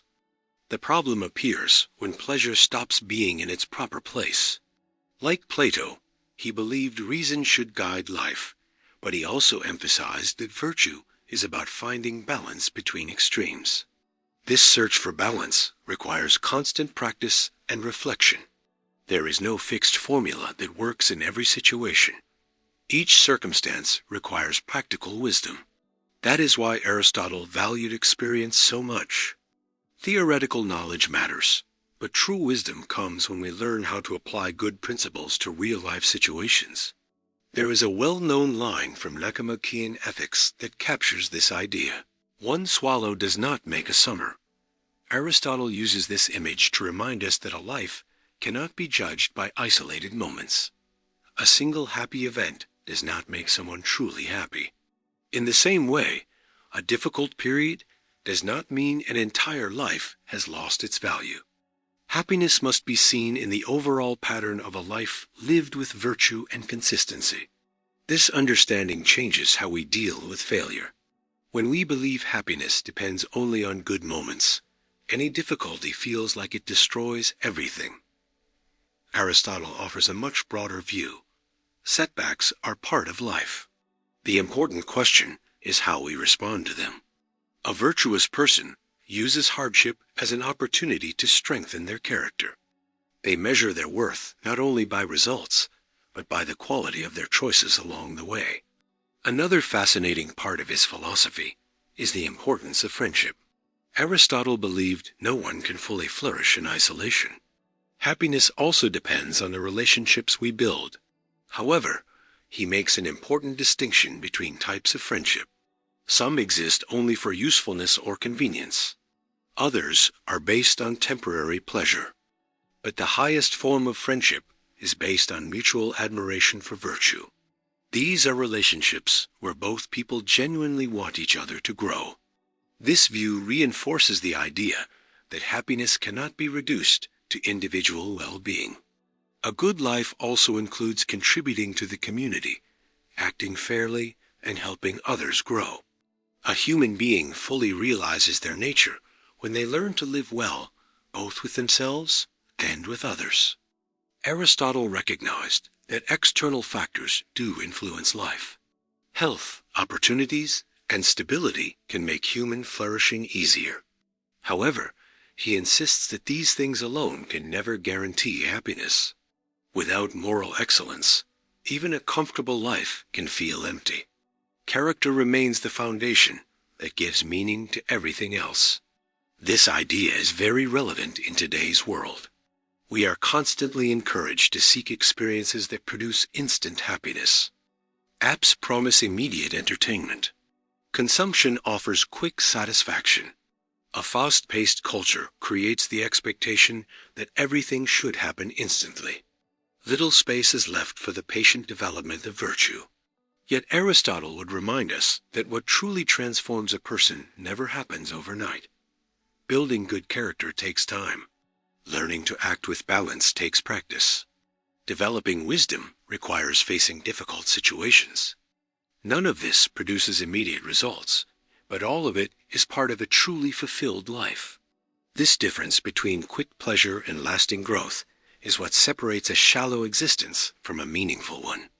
Aristotle offers a definition of happiness that remains extremely relevant today.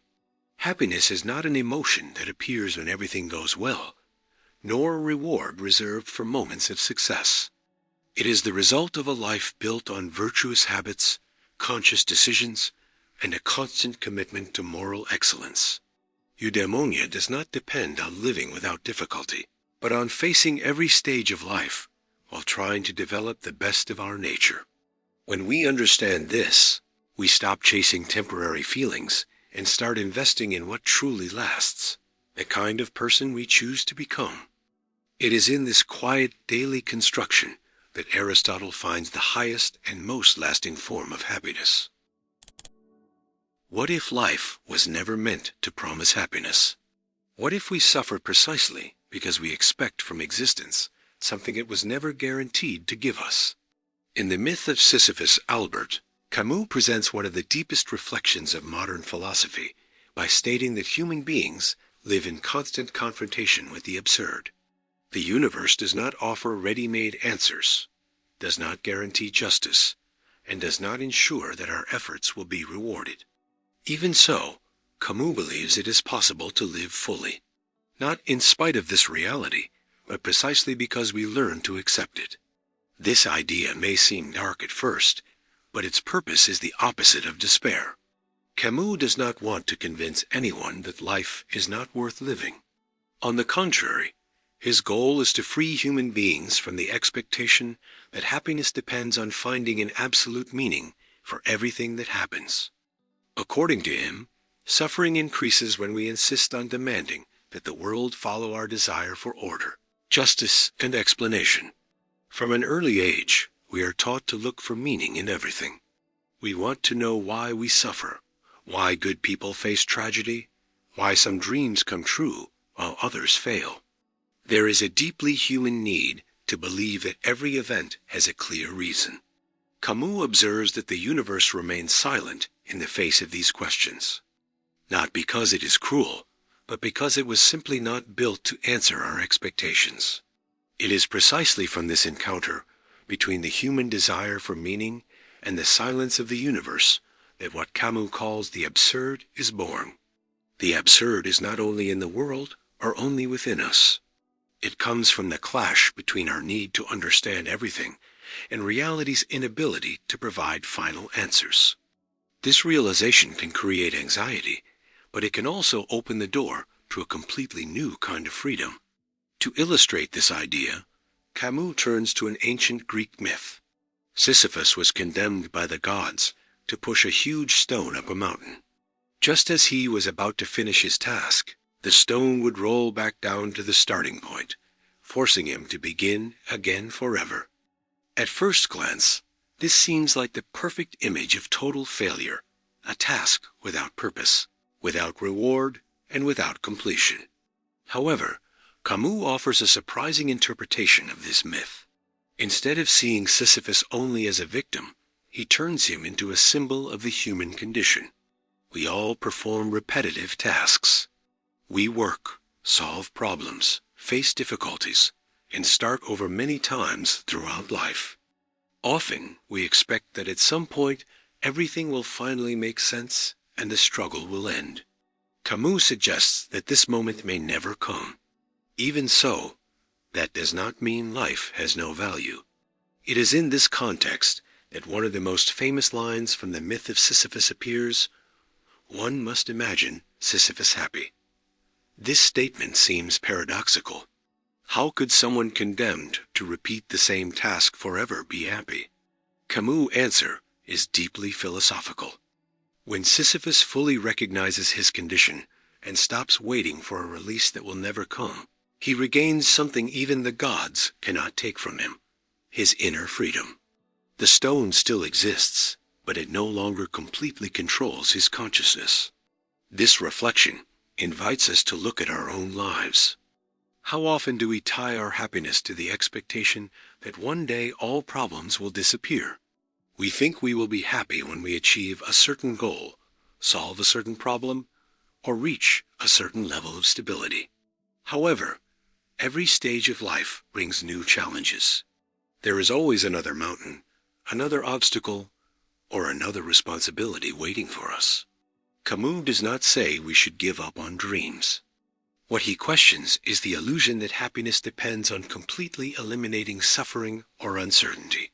As long as we believe this, we will remain permanently frustrated. After all, reality never stops presenting difficulties. Human existence is marked by change, loss, and limits that no effort can fully erase. Another central aspect of Camus' philosophy is the idea of revolt. But this word does not mean violence or destruction. To revolt for him means refusing to give up on life, even while knowing it offers no absolute guarantees. It means continuing to create, love, learn, and build meaning despite the absurd. There is great dignity in this attitude. Instead of waiting for the universe to justify our existence, we choose to justify it through the way we live. This stance completely changes our relationship with the present. When we stop expecting life to eventually become perfect, we begin to value what already exists in front of us. A sincere conversation, a true friendship, meaningful work, or a simple moment of reflection are no longer just steps toward an imagined future. They gain value in themselves. Camus also criticizes the human tendency to live constantly focused on the future. Many people believe the present is only preparation for happiness that will come later. They work today to rest tomorrow, sacrifice years hoping to live fully in the future, and eventually discover that this future never arrives in the way they imagined. The philosopher invites us to recover the intensity of the present moment without relying on the promise of a final reward. This idea is especially relevant in today's world. We are encouraged to believe that something is always missing for us to be complete. More money, more recognition, more success, more stability, or more achievements. Happiness is constantly pushed into a distant horizon. Camus breaks this logic by showing that life happens exactly now in the middle of imperfection, doubt, and limitation. This does not mean resignation. Camus never defends passivity in the face of injustice or avoidable suffering. On the contrary, his philosophy encourages action. The difference is that this action does not depend on certainty of success. We act because we believe it is worth acting, not because the universe promises rewards. We do what is right because it expresses who we are, not because life guarantees results. This view also strengthens our ability to face inevitable losses. When we understand that life never promised permanent stability, we stop seeing every difficulty as a betrayal of reality. Pain still exists, but it no longer destroys our trust in life itself. We begin to see challenges as an inseparable part of the human experience. Another key point in Camus' thought is his defense of clarity. He believes that constantly escaping reality through illusions, distractions, or false hope only delays the true confrontation with the human condition. Courage means looking at the world exactly as it is, and still choosing to live with intensity. This clarity does not produce despair, it produces authenticity. Perhaps that is why Camus is often considered a philosopher of courage, not because he removes doubt, but because he shows that we do not need final answers to live fully.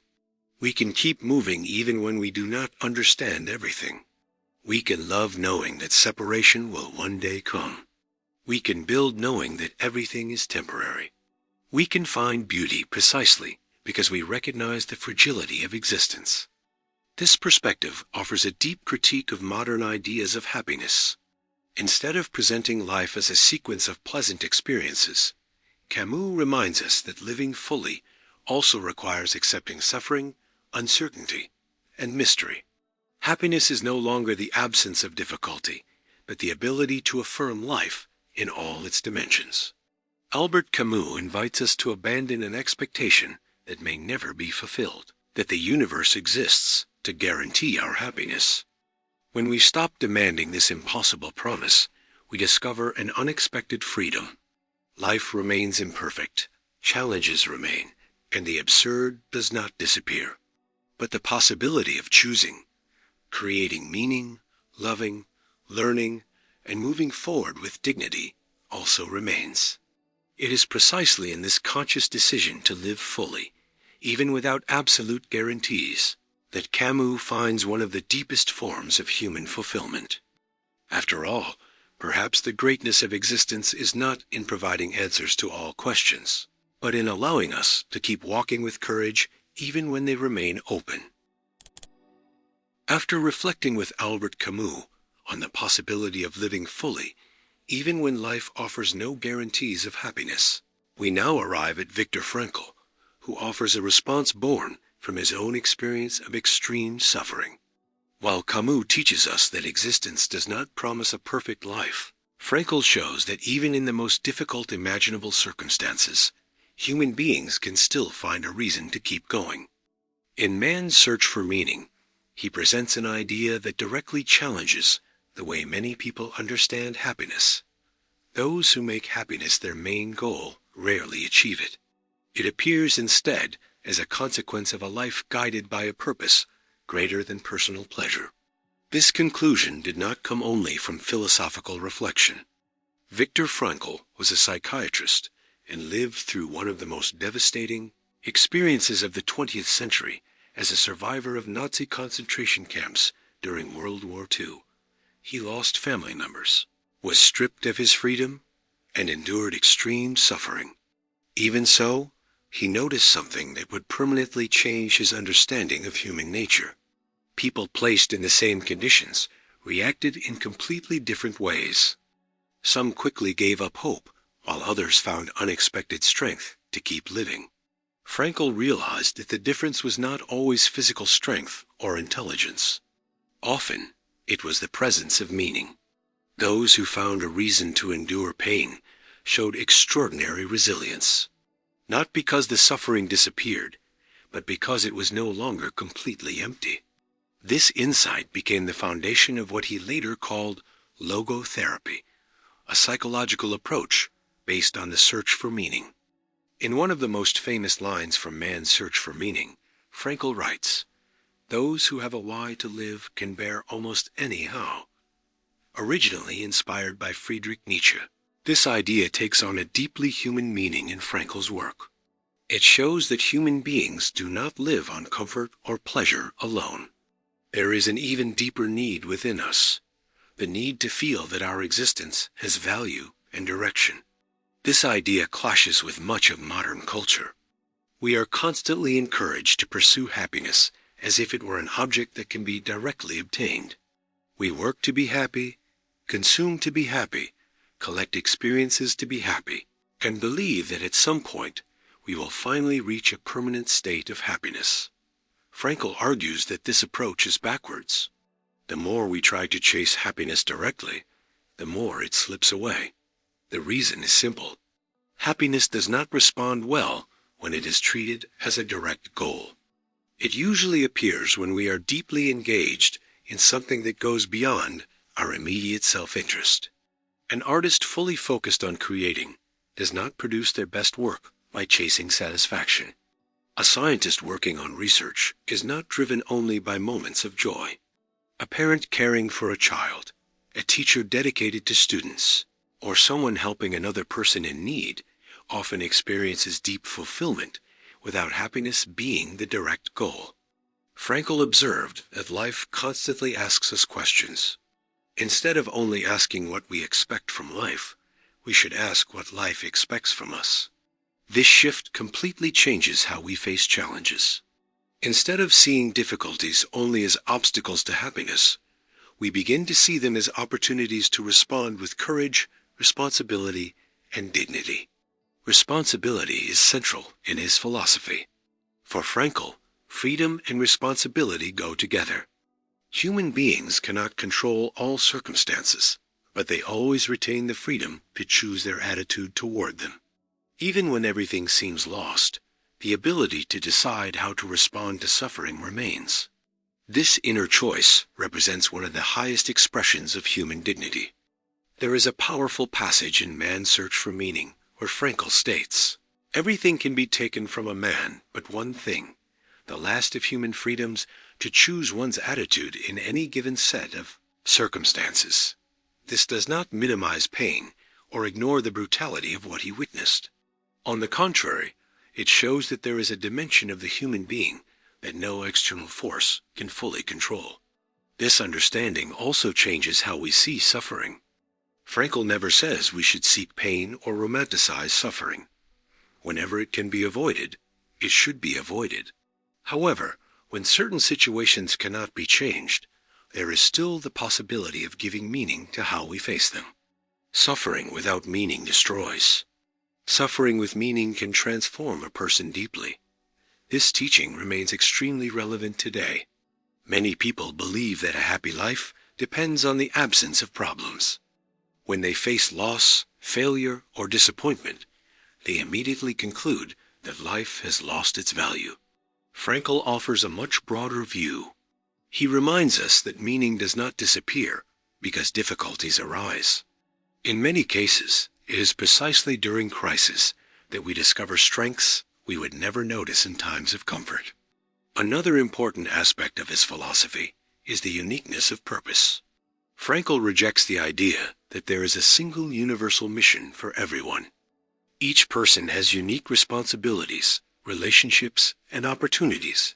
The meaning of life cannot be copied from someone else's experience. Every human being must discover it through their own path. This search requires attention. Often, we expect to find one big extraordinary purpose, while ignoring the small calls of everyday life. Meaning can be found in dedicated work, building a family, creating something meaningful, sincere friendships, or the way we face illness. There is no universal checklist of answers. There is a concrete life asking for a concrete response from each of us. Frankl also warns about what he calls the existential vacuum. When a person loses a sense of purpose, a difficult feeling appears. Nothing feels like enough. Even surrounded by comfort, they experience boredom, restlessness, and lack of direction. Many try to fill this emptiness with consumption, constant entertainment, or endless pleasure-seeking. But these strategies usually only provide temporary relief. The emptiness returns because its cause is not lack of stimulation, but lack of meaning. This insight feels especially relevant in today's world.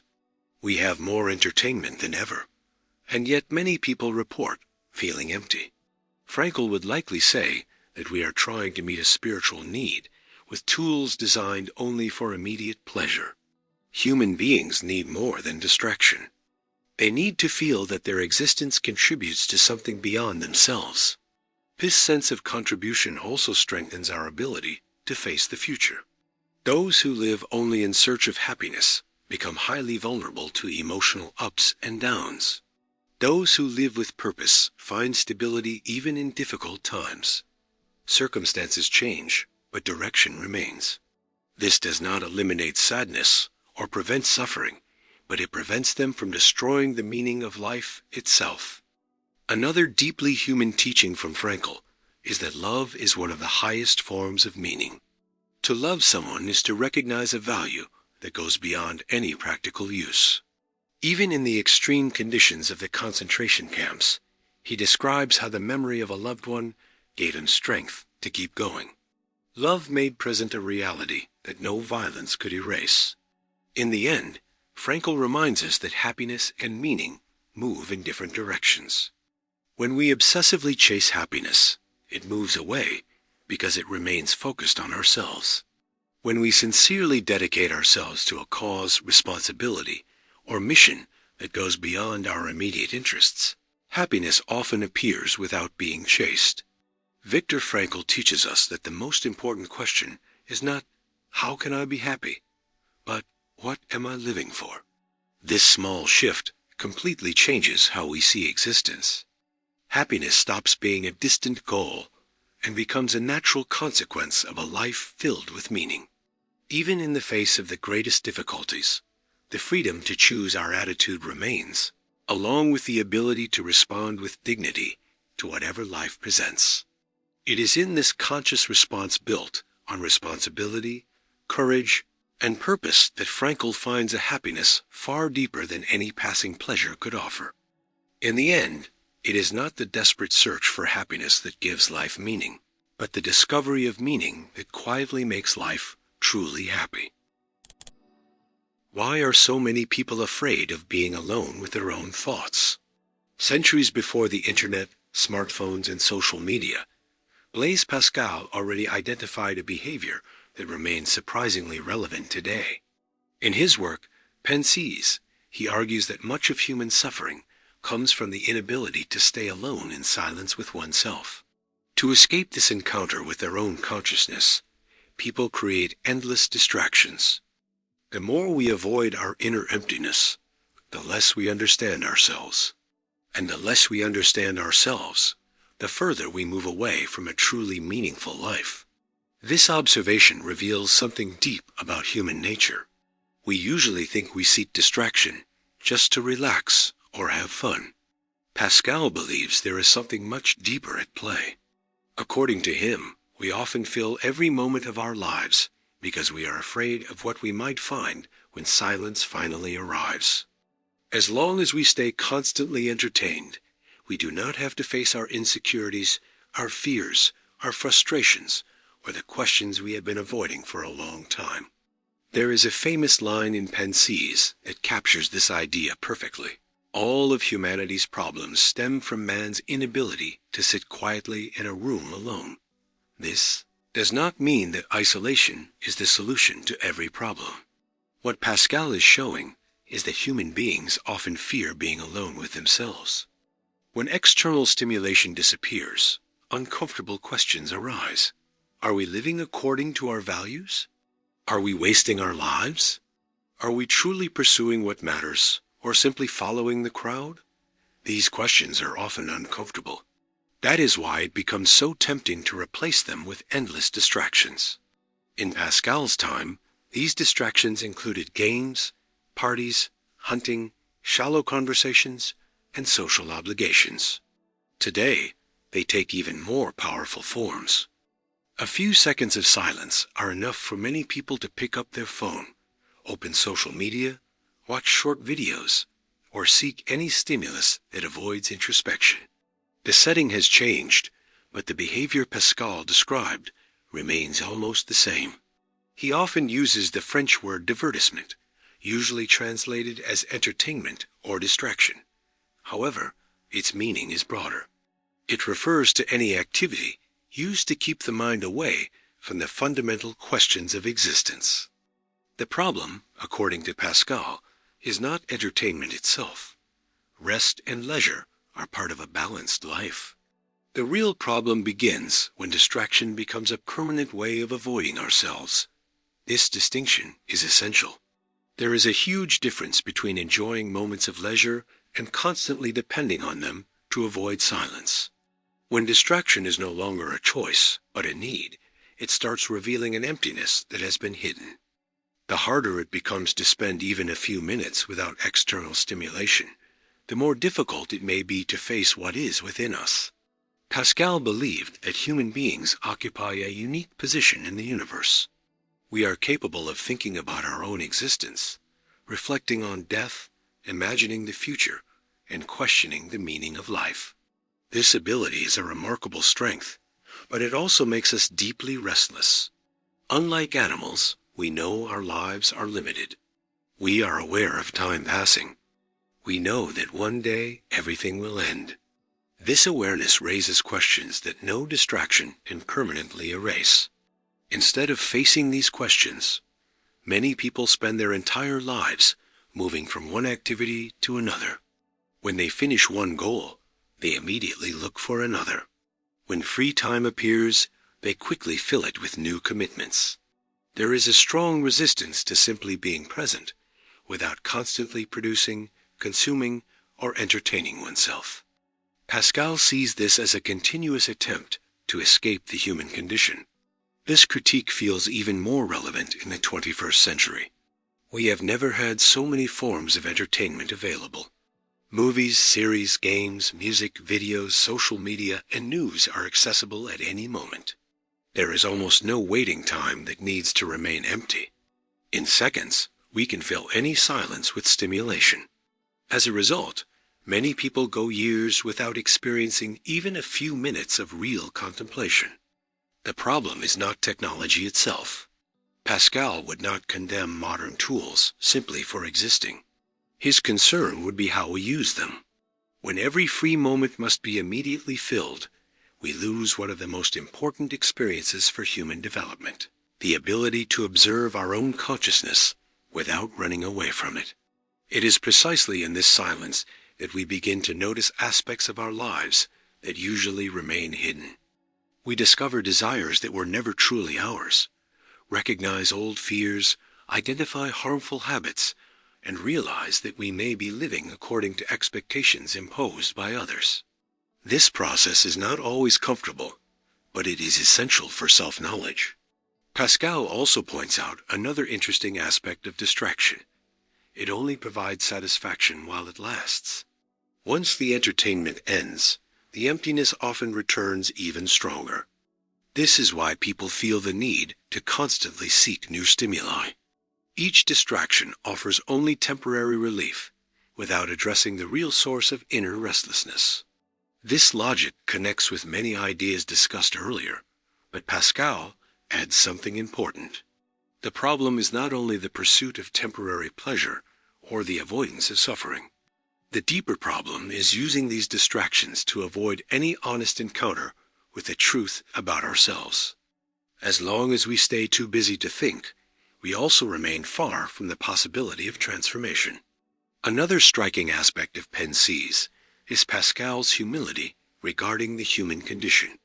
He recognizes both the greatness and fragility of human beings.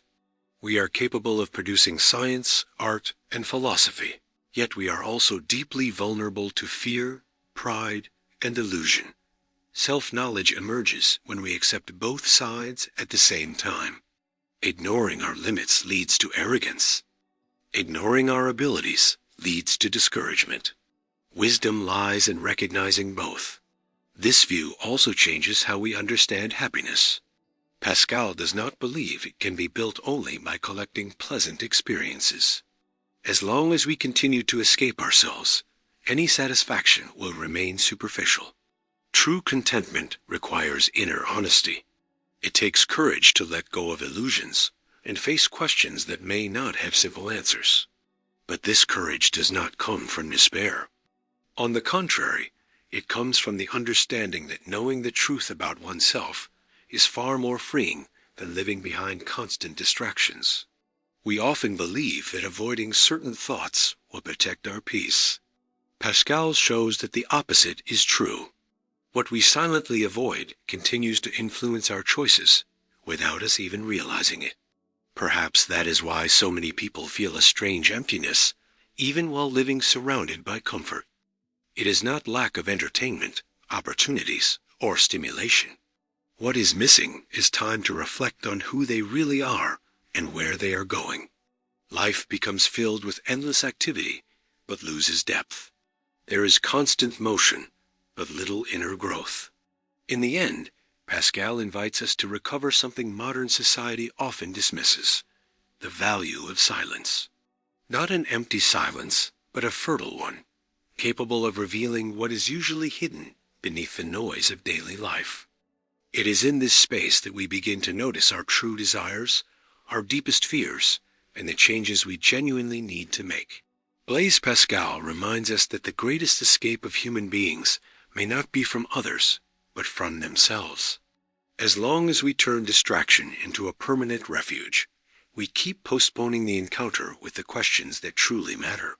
Happiness built only on entertainment is fragile, because it depends on constant stimulation to survive.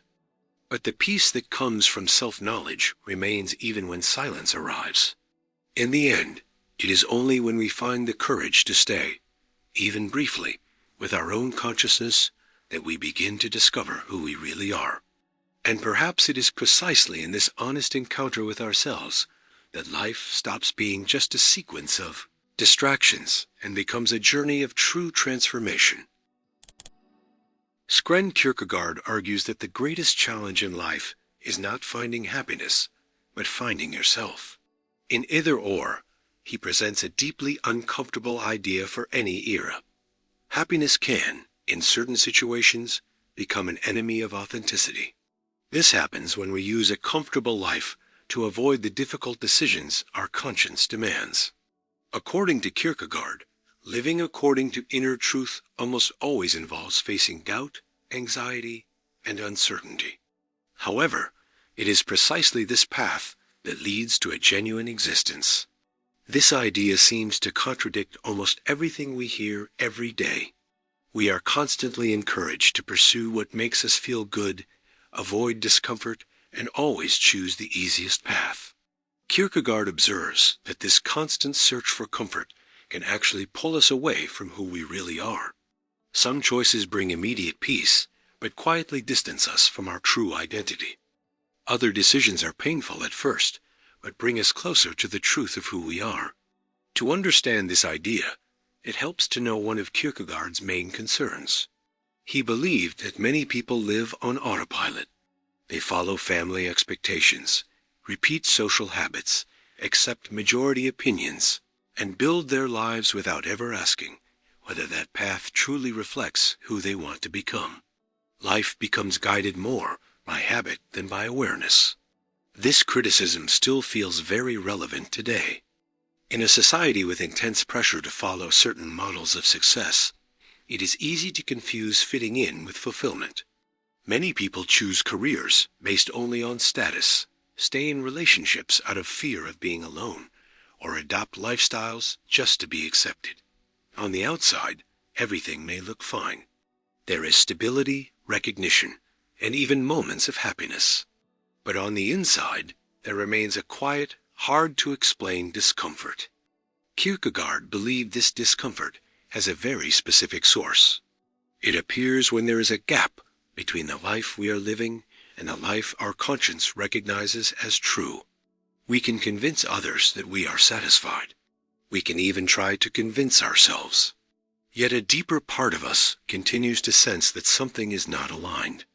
In this context, one of the most important concepts in his philosophy appears: anxiety. Today, we often associate anxiety only with psychological suffering. For Kierkegaard, however, it has a much broader meaning. Anxiety comes from freedom. Whenever we realize we must choose between different paths and no one can choose for us, we feel the weight of responsibility. To choose is to give up other possibilities. Every decision shapes who we become. That awareness is what produces anxiety. Unlike what many people assume, Kierkegaard does not see this anxiety as something to eliminate. It is a sign that we are taking our existence seriously. Only those who truly understand the importance of their choices experience this kind of inner tension. Those who simply go with the flow rarely feel it, because they hand their decisions over to external expectations. In Either Or, Kierkegaard describes different ways of living. One is the aesthetic life, guided mainly by the pursuit of pleasure, novelty, and immediate satisfaction. The other is the ethical life, marked by commitment, responsibility, and conscious choice. He does not say pleasure is wrong. The problem arises when life becomes entirely centered on it. The aesthetic life seems very attractive. It offers apparent freedom, avoids deep commitments, and constantly seeks new experiences to escape boredom. However, Kierkegaard notes that this way of living often ends in emptiness. When everything depends on emotional intensity, even normal routines start to feel unbearable. A person begins to need stronger and stronger stimulation just to feel satisfied. This description closely resembles many patterns in today's world. We have more entertainment, travel, consumption, and experiences available than ever before. Yet at the same time, a sense of constant dissatisfaction keeps growing. Kierkegaard would likely say this happens because we are trying to fill an existential need with temporary pleasures. The ethical life offers a different path. It recognizes that important choices require sacrifice. Building a family, developing a career, maintaining real friendships, or staying true to one's principles does not always bring immediate happiness. It often involves doubt, effort, and responsibility. But it is through these commitments that a stable identity begins to form. Another fascinating aspect of Kierkegaard's philosophy is his critique of the crowd. He believed that the most important truths about existence cannot be decided by the majority. Each person must respond individually to life's biggest questions. No collective approval can replace personal responsibility for deciding who we want to become. This idea is especially important in the age of social media. We are constantly exposed to the opinions, expectations, and judgments of thousands of people. There is a growing tendency to adjust our choices based on what seems most accepted. Kierkegaard would warn that this can slowly pull us away from authenticity. The more we depend on external approval, the less space remains to listen to our own conscience. There is a famous idea often linked to his thought that captures this well. Life can only be understood backwards, but it must be lived forwards. This shows that we never have complete certainty before making decisions. Waiting for absolute clarity before acting means staying stuck. Authenticity requires the courage to move forward, even when the future is uncertain. That courage also changes how we relate to mistakes. Many people avoid decisions out of fear of failure. Kierkegaard points out that trying to avoid all mistakes often leads to a bigger failure, not living your own life at all. Every meaningful choice involves risk. Those who try to eliminate uncertainty completely end up giving up their freedom. Another deeply human concept in his philosophy is despair. For Kierkegaard, despair is not just intense sadness. It is a quieter condition, being disconnected from your true self. A person can look successful, admired, and even happy in the eyes of others, while still being in despair because they have never developed a real relationship with themselves. The problem is not only suffering. The problem is abandoning your own identity to meet external expectations. This analysis remains highly relevant. Many people spend years building a carefully designed image to please others, while slowly losing contact with what they truly believe. The appearance of happiness becomes more important than authenticity. Kierkegaard reminds us that no external approval can make up for this loss. He also shows that authenticity has a cost. Being true to yourself is not always comfortable. Some choices will lead to misunderstanding. Others require leaving behind seemingly safe paths. At times, it may involve loneliness. Still, he believes this kind of struggle is far more meaningful than living permanently behind a self made only to please others. At its core, Kierkegaard does not reject happiness. What he rejects is turning happiness into the ultimate standard for every decision. There are moments when following your conscience brings more anxiety than pleasure. But this anxiety represents growth. It shows we are taking responsibility for our own existence instead of simply repeating ready-made choices. Søren Kierkegaard teaches us that an authentic life requires far more courage than a comfortable one. Immediate happiness can be tempting, but it often leads us to avoid difficult questions, deep commitments, and transformative decisions. Authenticity, on the other hand, requires facing freedom, accepting uncertainty, and living according to what we recognize as true, even when it involves suffering. In the end, for Kierkegaard, the greatest failure is not feeling anxiety when making important choices. The real failure is living an entire life without ever discovering who we truly are. It is only when we face this inner truth that we stop merely existing on the surface and actually begin to live. Sigmund Freud, in Civilization and Its Discontents, presents an idea that still sparks debate today. Complete happiness is impossible, not because there is something wrong with human beings, but because life in society itself requires constant sacrifice of our desires. The more we advance in building civilization, the greater the conflict becomes between what we want to do and what we need to control in order to live together. This statement is often misunderstood. Many people think Freud was simply a pessimist who believed no happiness is possible at all. That is not what he is saying. What Freud questions is the expectation of achieving full and permanent satisfaction. Pleasure does exist, but it always has limits set by reality, human relationships, and the demands of social life. From early life, every person experiences strong desires. We want attention, safety, recognition, freedom, and many forms of satisfaction. However, as we grow up, we learn that not everything we want can be fulfilled. We learn that there are rules, responsibilities, and limits. We cannot act only on our impulses because we live surrounded by other people who also have needs and rights. Freud observes that this process of adaptation is essential for civilization to exist. Imagine a society where no one controlled their aggression, impulses, or personal interests. Life together would become almost impossible. Laws, morals, education, and social norms exist precisely to make collective life possible. The problem is that this process requires sacrifice, and every sacrifice produces some level of frustration. This is where what Freud calls discontent arises. We are permanently divided between two forces. On one side, our desires seek satisfaction. On the other, reality imposes limits. Neither side can be completely removed. If we followed only our impulses, human coexistence would break down.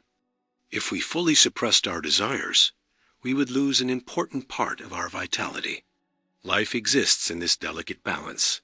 This analysis is still very relevant today. We often imagine that we will finally become completely happy once we eliminate all frustrations.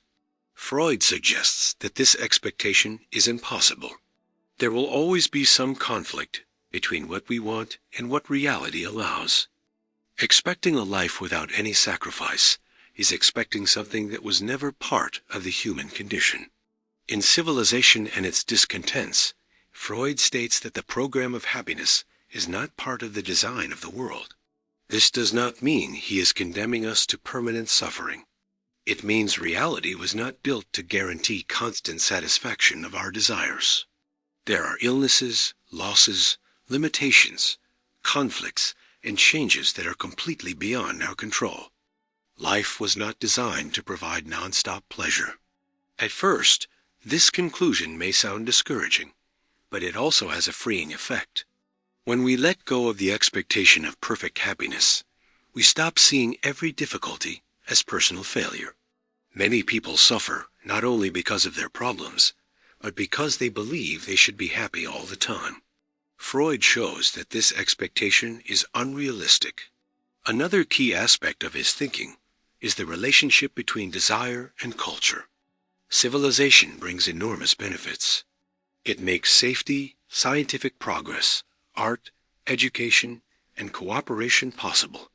However, all of this requires discipline.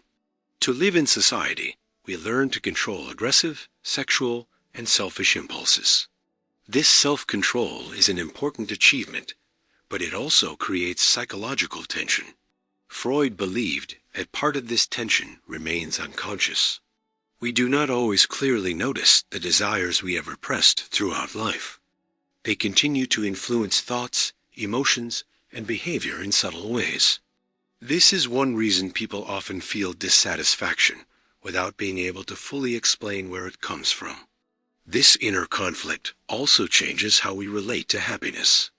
When we believe that achieving certain external goals will finally bring lasting peace, we are often disappointed. We reach what we wanted, and soon after, a new sense of restlessness appears. Freud sees this as part of the natural dynamics of human desire. It never becomes fully satisfied. This view brings Freud closer to thinkers like Schopenhauer, discussed earlier. However, there is an important difference. While Schopenhauer links dissatisfaction to desire itself, Freud focuses on the psychological conflicts created by living between our impulses and the demands of civilization.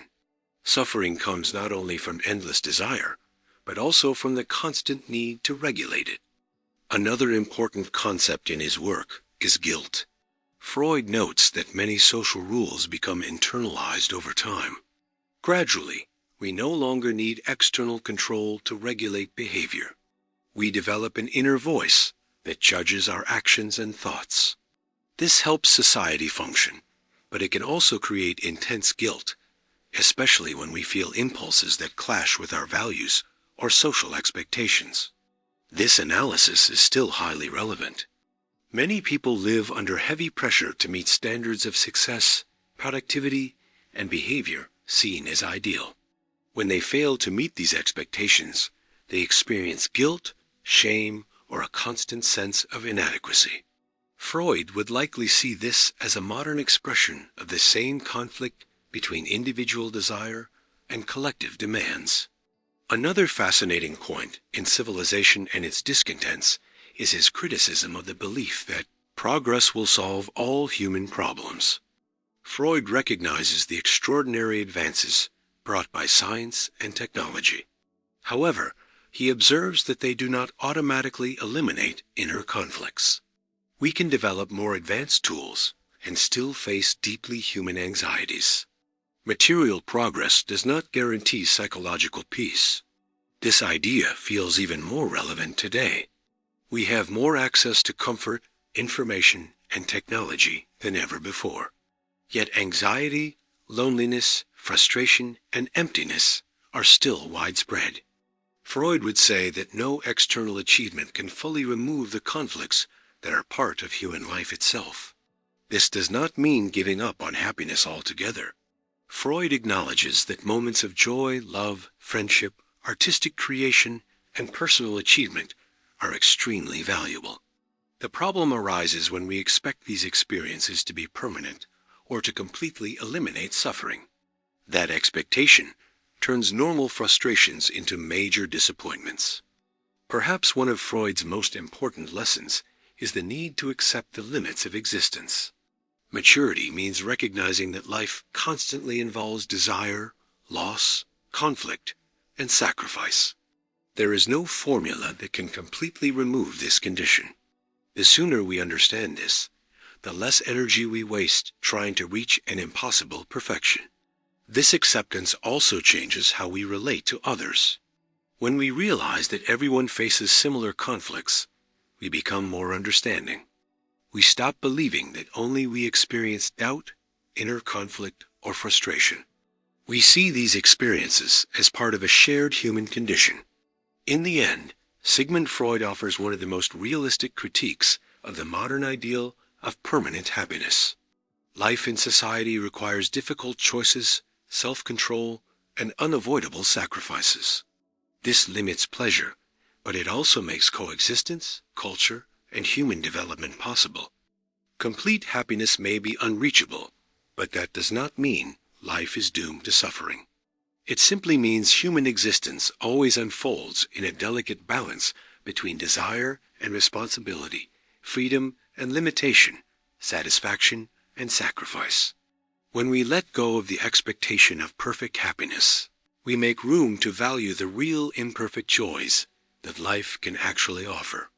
And perhaps this mature acceptance of our condition is one of the deepest forms of serenity we can achieve. Byung-Chul Han takes the discussion in a more current and unsettling direction. He doesn't just ask why we suffer, but how the modern idea of happiness itself has turned into a quiet form of pressure. In the Burnout Society, Han presents a thesis that captures our time well. We are not just tired of living. We are tired of having to be okay all the time. This shift is subtle but profound. In earlier times, suffering was often linked to external forces, repression, strict discipline, or obligations imposed by authority. Today, Hahn argues, the situation has changed. Contemporary society no longer works mainly through prohibition, but through encouragement. We are no longer forced to obey under threat. Instead, we are constantly pushed to perform, improve, produce, and above all, be happy. At first glance, this sounds positive. Who could be against happiness? The problem, according to Hahn, is that happiness has stopped being a possibility and has become an expectation. It is not enough to be alive. You have to be well. It is not enough to work. You have to love your work. It is not enough to rest. You have to rest productively. Even leisure becomes performance. Everything must be optimized, measured, and displayed. In this context, happiness stops being a possible state of life and becomes a kind of moral duty. A new form of violence appears, more subtle than traditional repression, the violence of positivity. Instead of being told, you can't, the message becomes, you can, so do more. And when we fail, the responsibility falls entirely on us. Hahn describes this as the shift from a disciplinary society to a performance society. In the disciplinary society, analyzed by thinkers like Foucault, control came from outside, rules, punishments, surveillance. In the performance society, control becomes internal. The modern subject is no longer just obedient. They become an entrepreneur of themselves.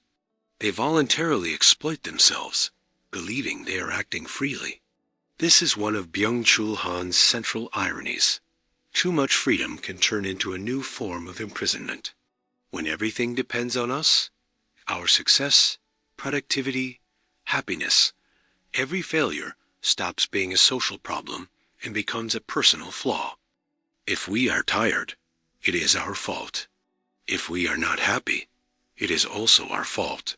From here, Hahn introduces what he calls the burnout society. This is not just physical exhaustion, but mental and existential depletion.